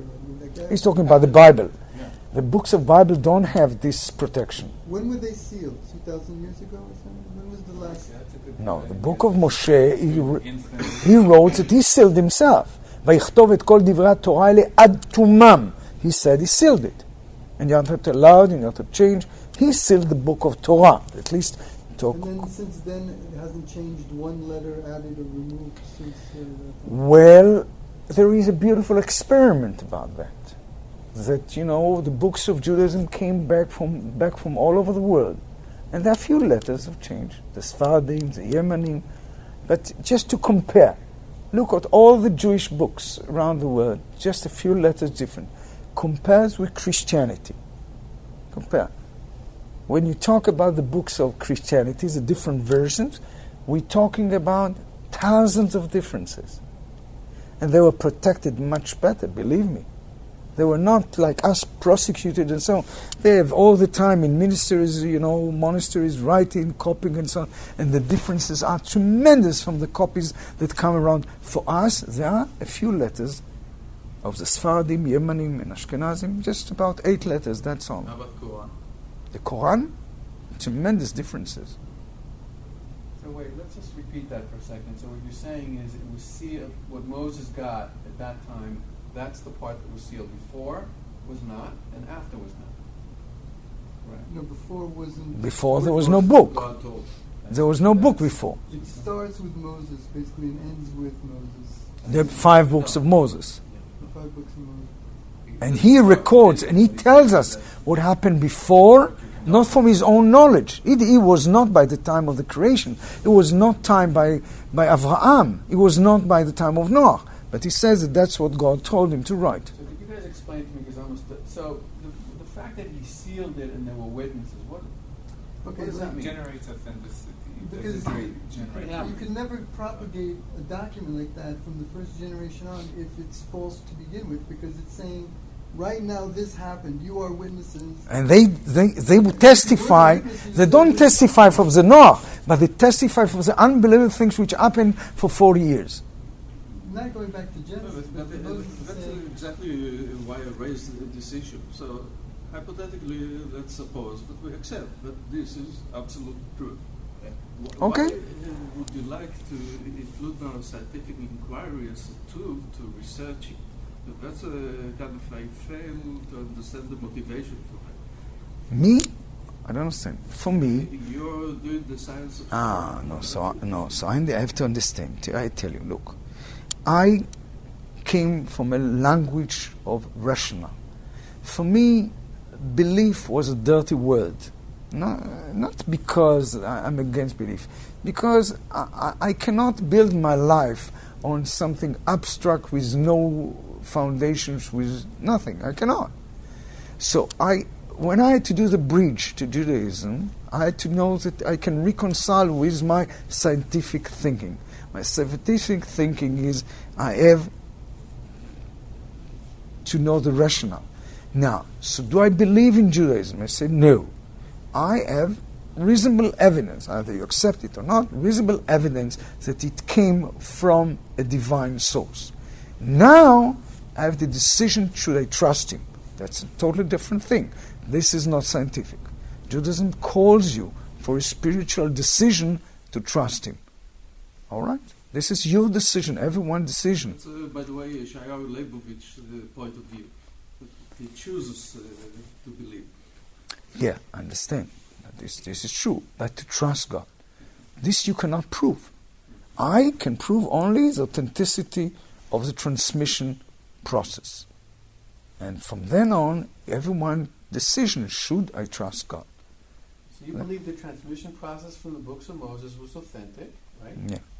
And This I don't believe. I think I have reasonable evidence. okay, so from a scientific point of view, this is a real document as it happened, and you took a leap. I don't know if that's probably not a good word. That you are going to trust this God who is described in this document. I have to I trust God because He promises many things which I cannot prove. For example, let's say He described what happened in the Noah, in the flood. Let's take this as an example. Because Moses doesn't know. He says, I got it from God. Why should I trust God? This is about the past. That's about the future. He's talking about Mashiach. Why should I trust him? He's talking that one you'll go to the exile and come back. Now we came back. But let's say we did this discussion 1,000 years ago, and we'll be in Europe. And said, why do you trust him? I trust him. This is the decision, you understand? This I cannot prove. I can prove he gave the book. I cannot prove you should trust him. Right. Okay, that's a good distinction. Okay, friends, I just shared with you different aspects of the way we think. Good? Now, how do you prove the authenticity of the envelope of the Torah? This was just a little bit introduction. I cannot do everything. So we did some introduction, right? That's the Scientology.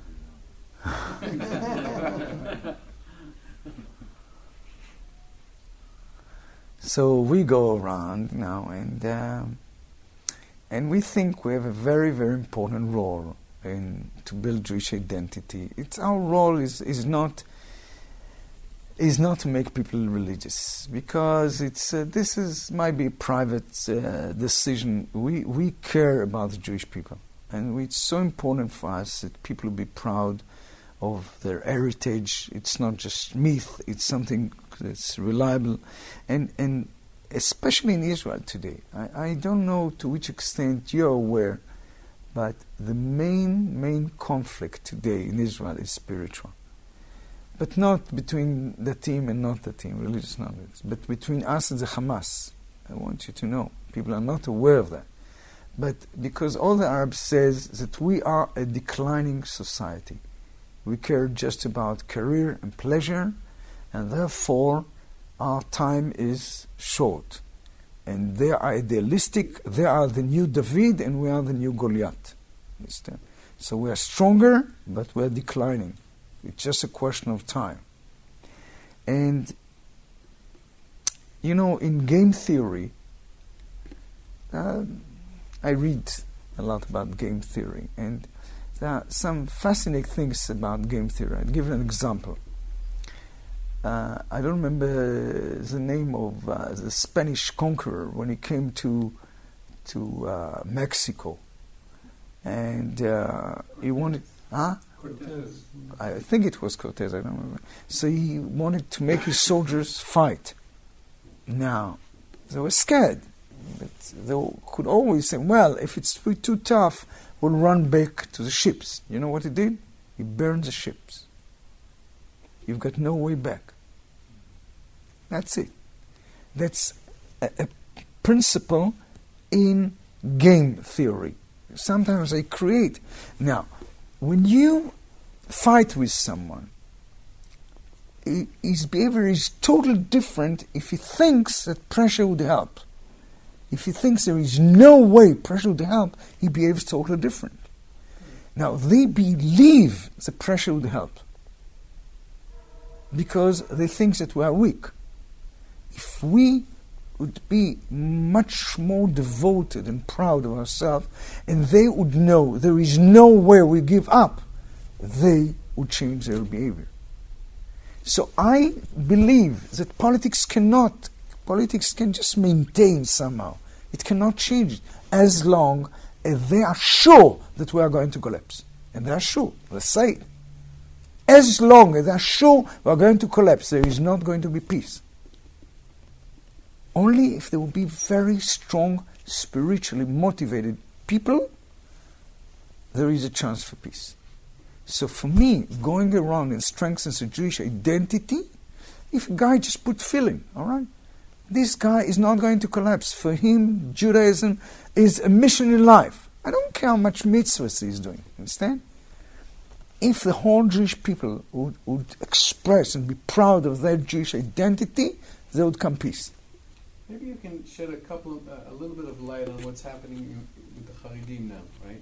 Yeah, but it's... No, but the fact that you want to strengthen the Jewish people and you want to strengthen Israel, do you feel that they are now seeing themselves as above the laws of the state, right? They have a direct connection to God or the rabbi, and whatever the rabbi says, they do, whether it means not serving in the army, not sending their kids to public schools, whatever. They established their right now to be above the state of Israel. So they are very strong in your eyes. These guys are morally, spiritually at the top of the game. But yet, don't you think they're weakening the state? Yeah, I understand. But you try to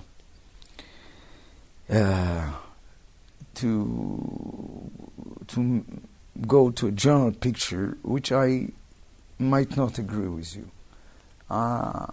I don't think that they say that we should not go to the army.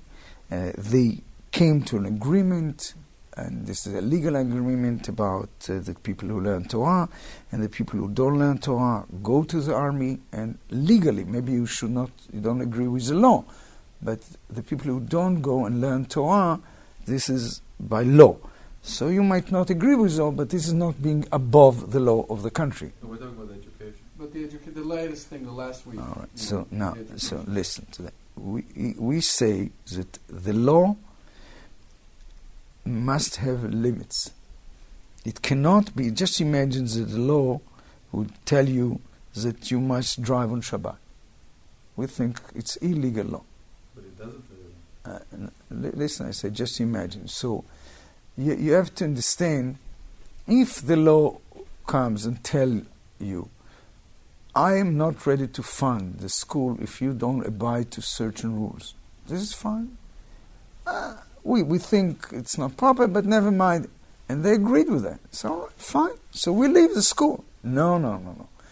If you leave the school, because why are they putting jail? Because they said, we leave the school. No, I want to force you to be in the school. Maybe I don't know if you know from far away the details. The first part was that we don't accept your point. We think it's discrimination. I don't want to come to that. So I understand he is the right to decide, even though I don't agree, but he has the right, his authority, he decided. Fine. So when discrimination, I say, all right, so I leave the school. No, I force you to be in the school. Now, isn't the point is to force them to have their kids go to some school?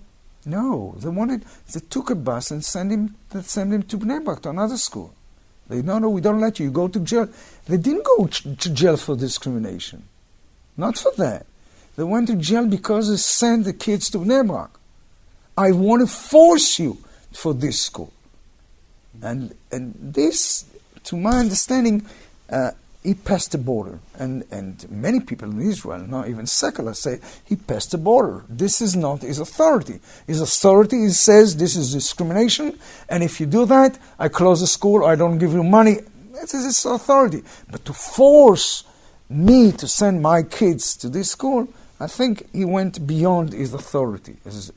This is where law should not be enforced. This is my understanding. But you ask, so I don't want, this is not the issue. You ask, so I say. The Declaration of Independence, a totally different level in Asia. Politics, I'm not sure if you want to go. The Declaration of Independence in Israel promises freedom of religion, which this promise is not being fulfilled in Israel right now. There is a monopoly that's given to a certain kind of Judaism that basically rules. Do you believe that this should be, or do you believe that this promise? The Orthodox. The Orthodox, right? The Orthodox, they forbid certain kinds of people to get married. They, they force certain rules on, on the entire population. They don't, other people who believe in Judaism of different varieties are discriminated against as far as because of political issues. That some of them go back a long way. Do you think that there should be freedom of religion? That people who are Jews that have their own practice should all be equal in the eyes of the Israeli society?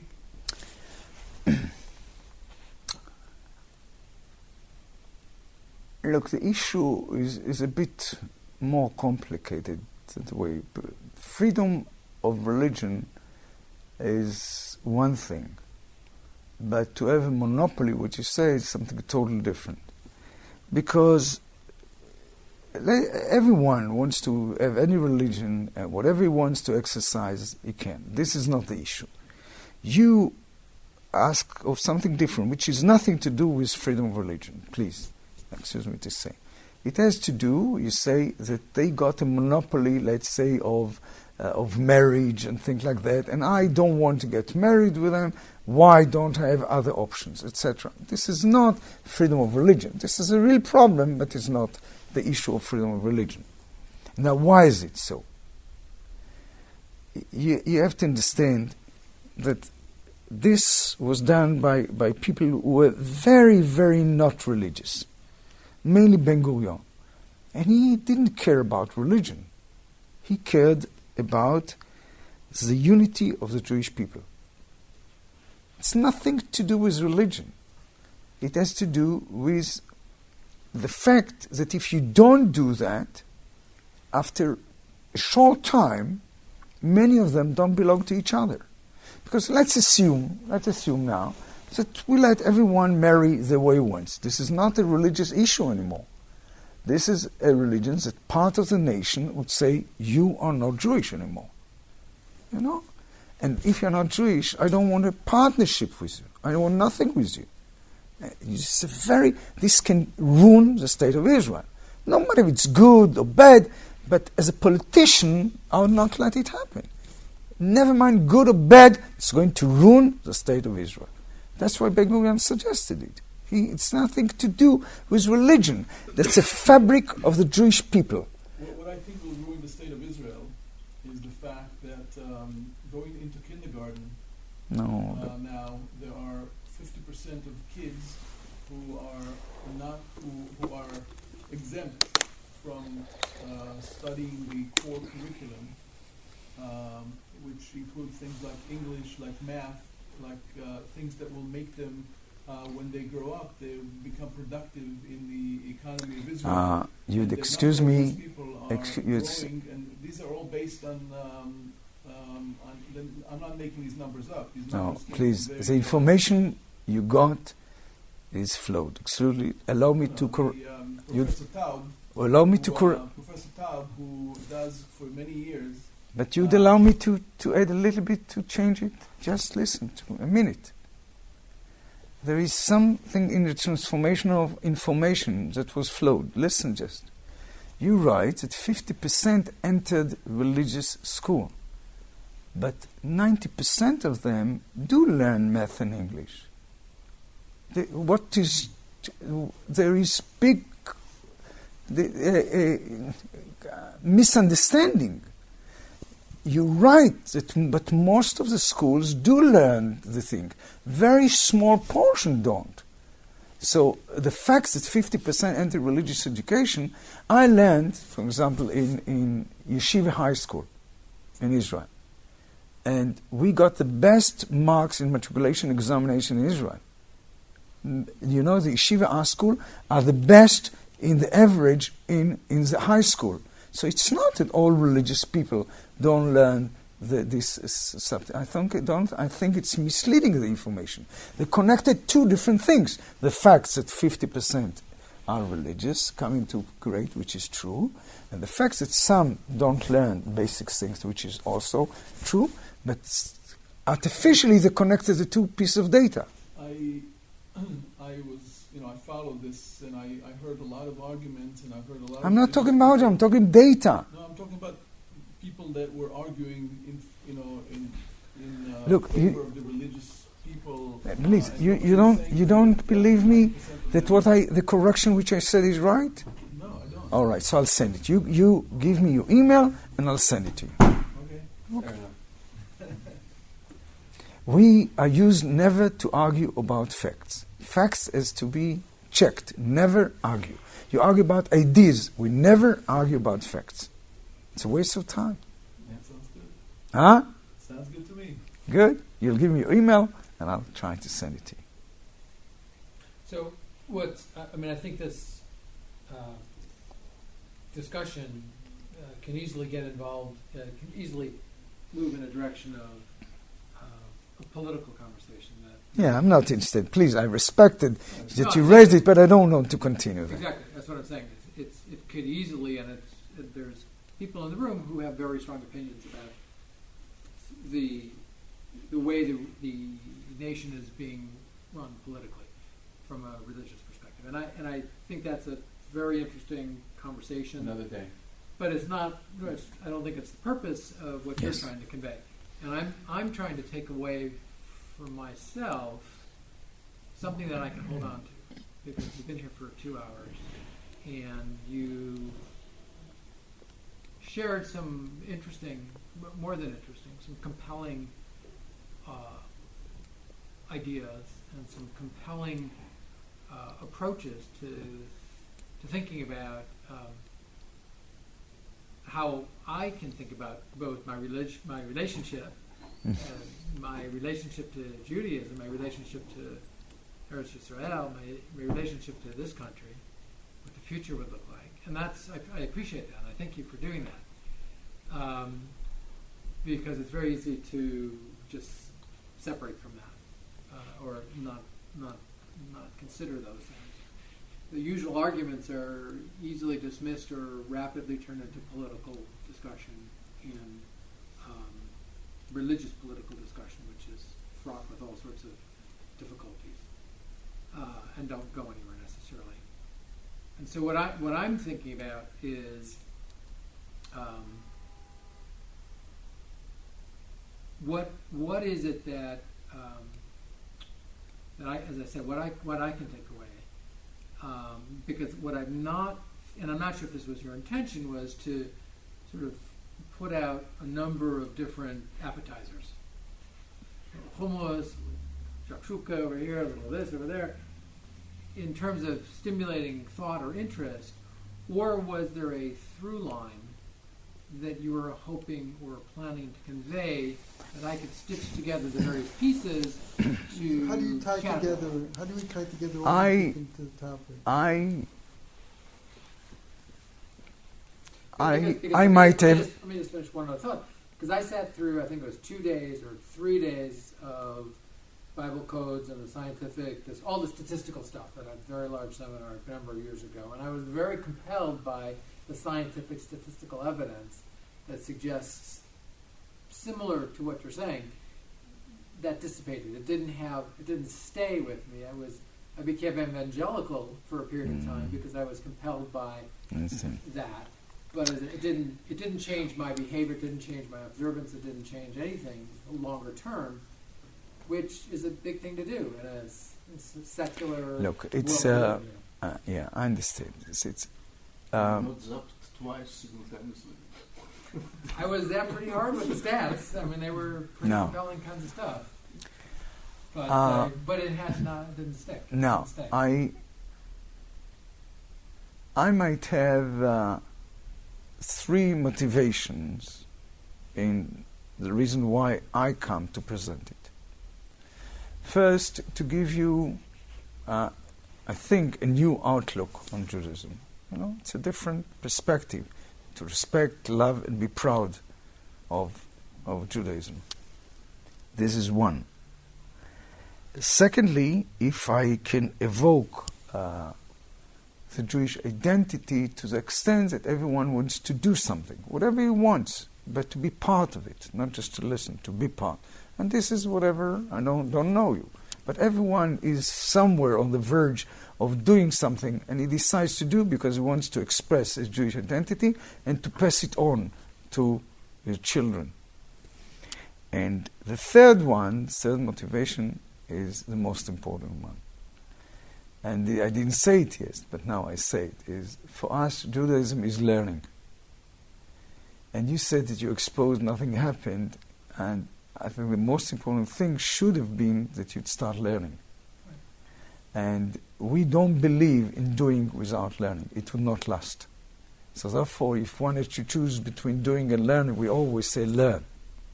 So if people like you would say, look, we'd like to learn, could you organize a group, someone that would come and teach us regularly, I think we can find someone. This is my main motivation, that people, I think you are very respectable people, and if you tell us we want to learn, we're trying to find a good teacher for you. We can come once or twice, or every 2 weeks or 3, to have, a stimulating shiur, etc., and to start learning Judaism. Judaism is first and foremost learning and taking this understanding and meaning on and on and on. And this is the common denominator between religious and non-religious and traditional. We should learn it seriously. That's, if my purpose is to evoke your interest in learning, and then we can try to give you a teacher. And what you were saying is, through learning Judaism and practicing it, there's a scientific component to it that will give us a better life. What's the benefit of doing all this we do. This I didn't come. I explained a little bit that this is a set of exercises to elicit your potential, but this is up to your choice. This is not what we do. You decide if you want to practice. We want to practice the most important, the most common denominator of the Jewish people. Let's learn. Learning is changing a person, even without doing anything, just learning. Learning, that's the most crucial part of Judaism. So if you ask my motivation, is to evoke, to start a shir. But to Ronen's point, to what end? This is, if believe it's all me, coming back. this is your choice. Everyone will do with that. For me, the Jewish people is alive when they learn. For me. And without that, so the corollary would be without the learning. Without the learning, a lot of people, go slowly, far away, and their children go far away from their Jewish identity. It has many ramifications. There's assimilation, there's many ramifications. The other side is the Jewish alive, and the core, the common denominator is learning Judaism. The people who make precepts or no, I think this is an intimate decision between him and God. This is not my decision. I should not interfere in that at all. I should interfere that we should learn and be proud of our Jewishness. I have a specific question regarding something that you said earlier that I found a bit surprising, that morality is suppressed by pain. Yes. And I'm not sure that I really agree about that. Maybe if you could elaborate a bit about how you conceive morality. Let's see. It's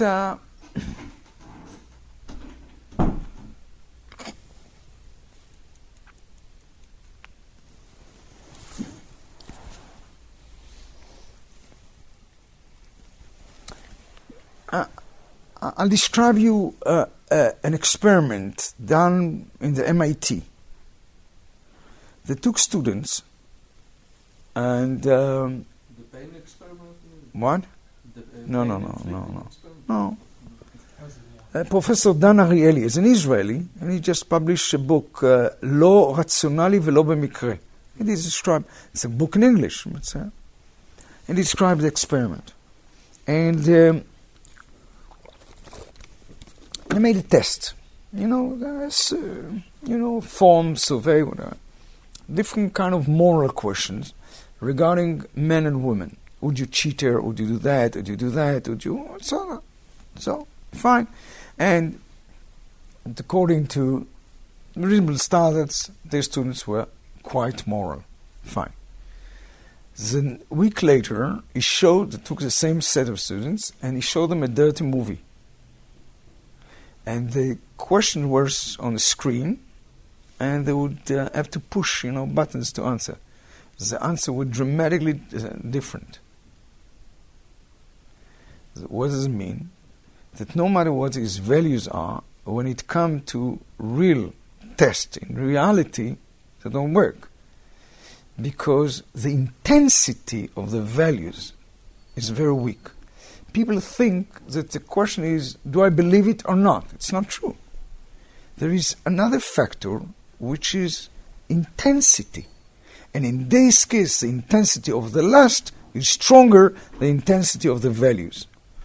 This can show you that values in our brain is stored with a certain intensity.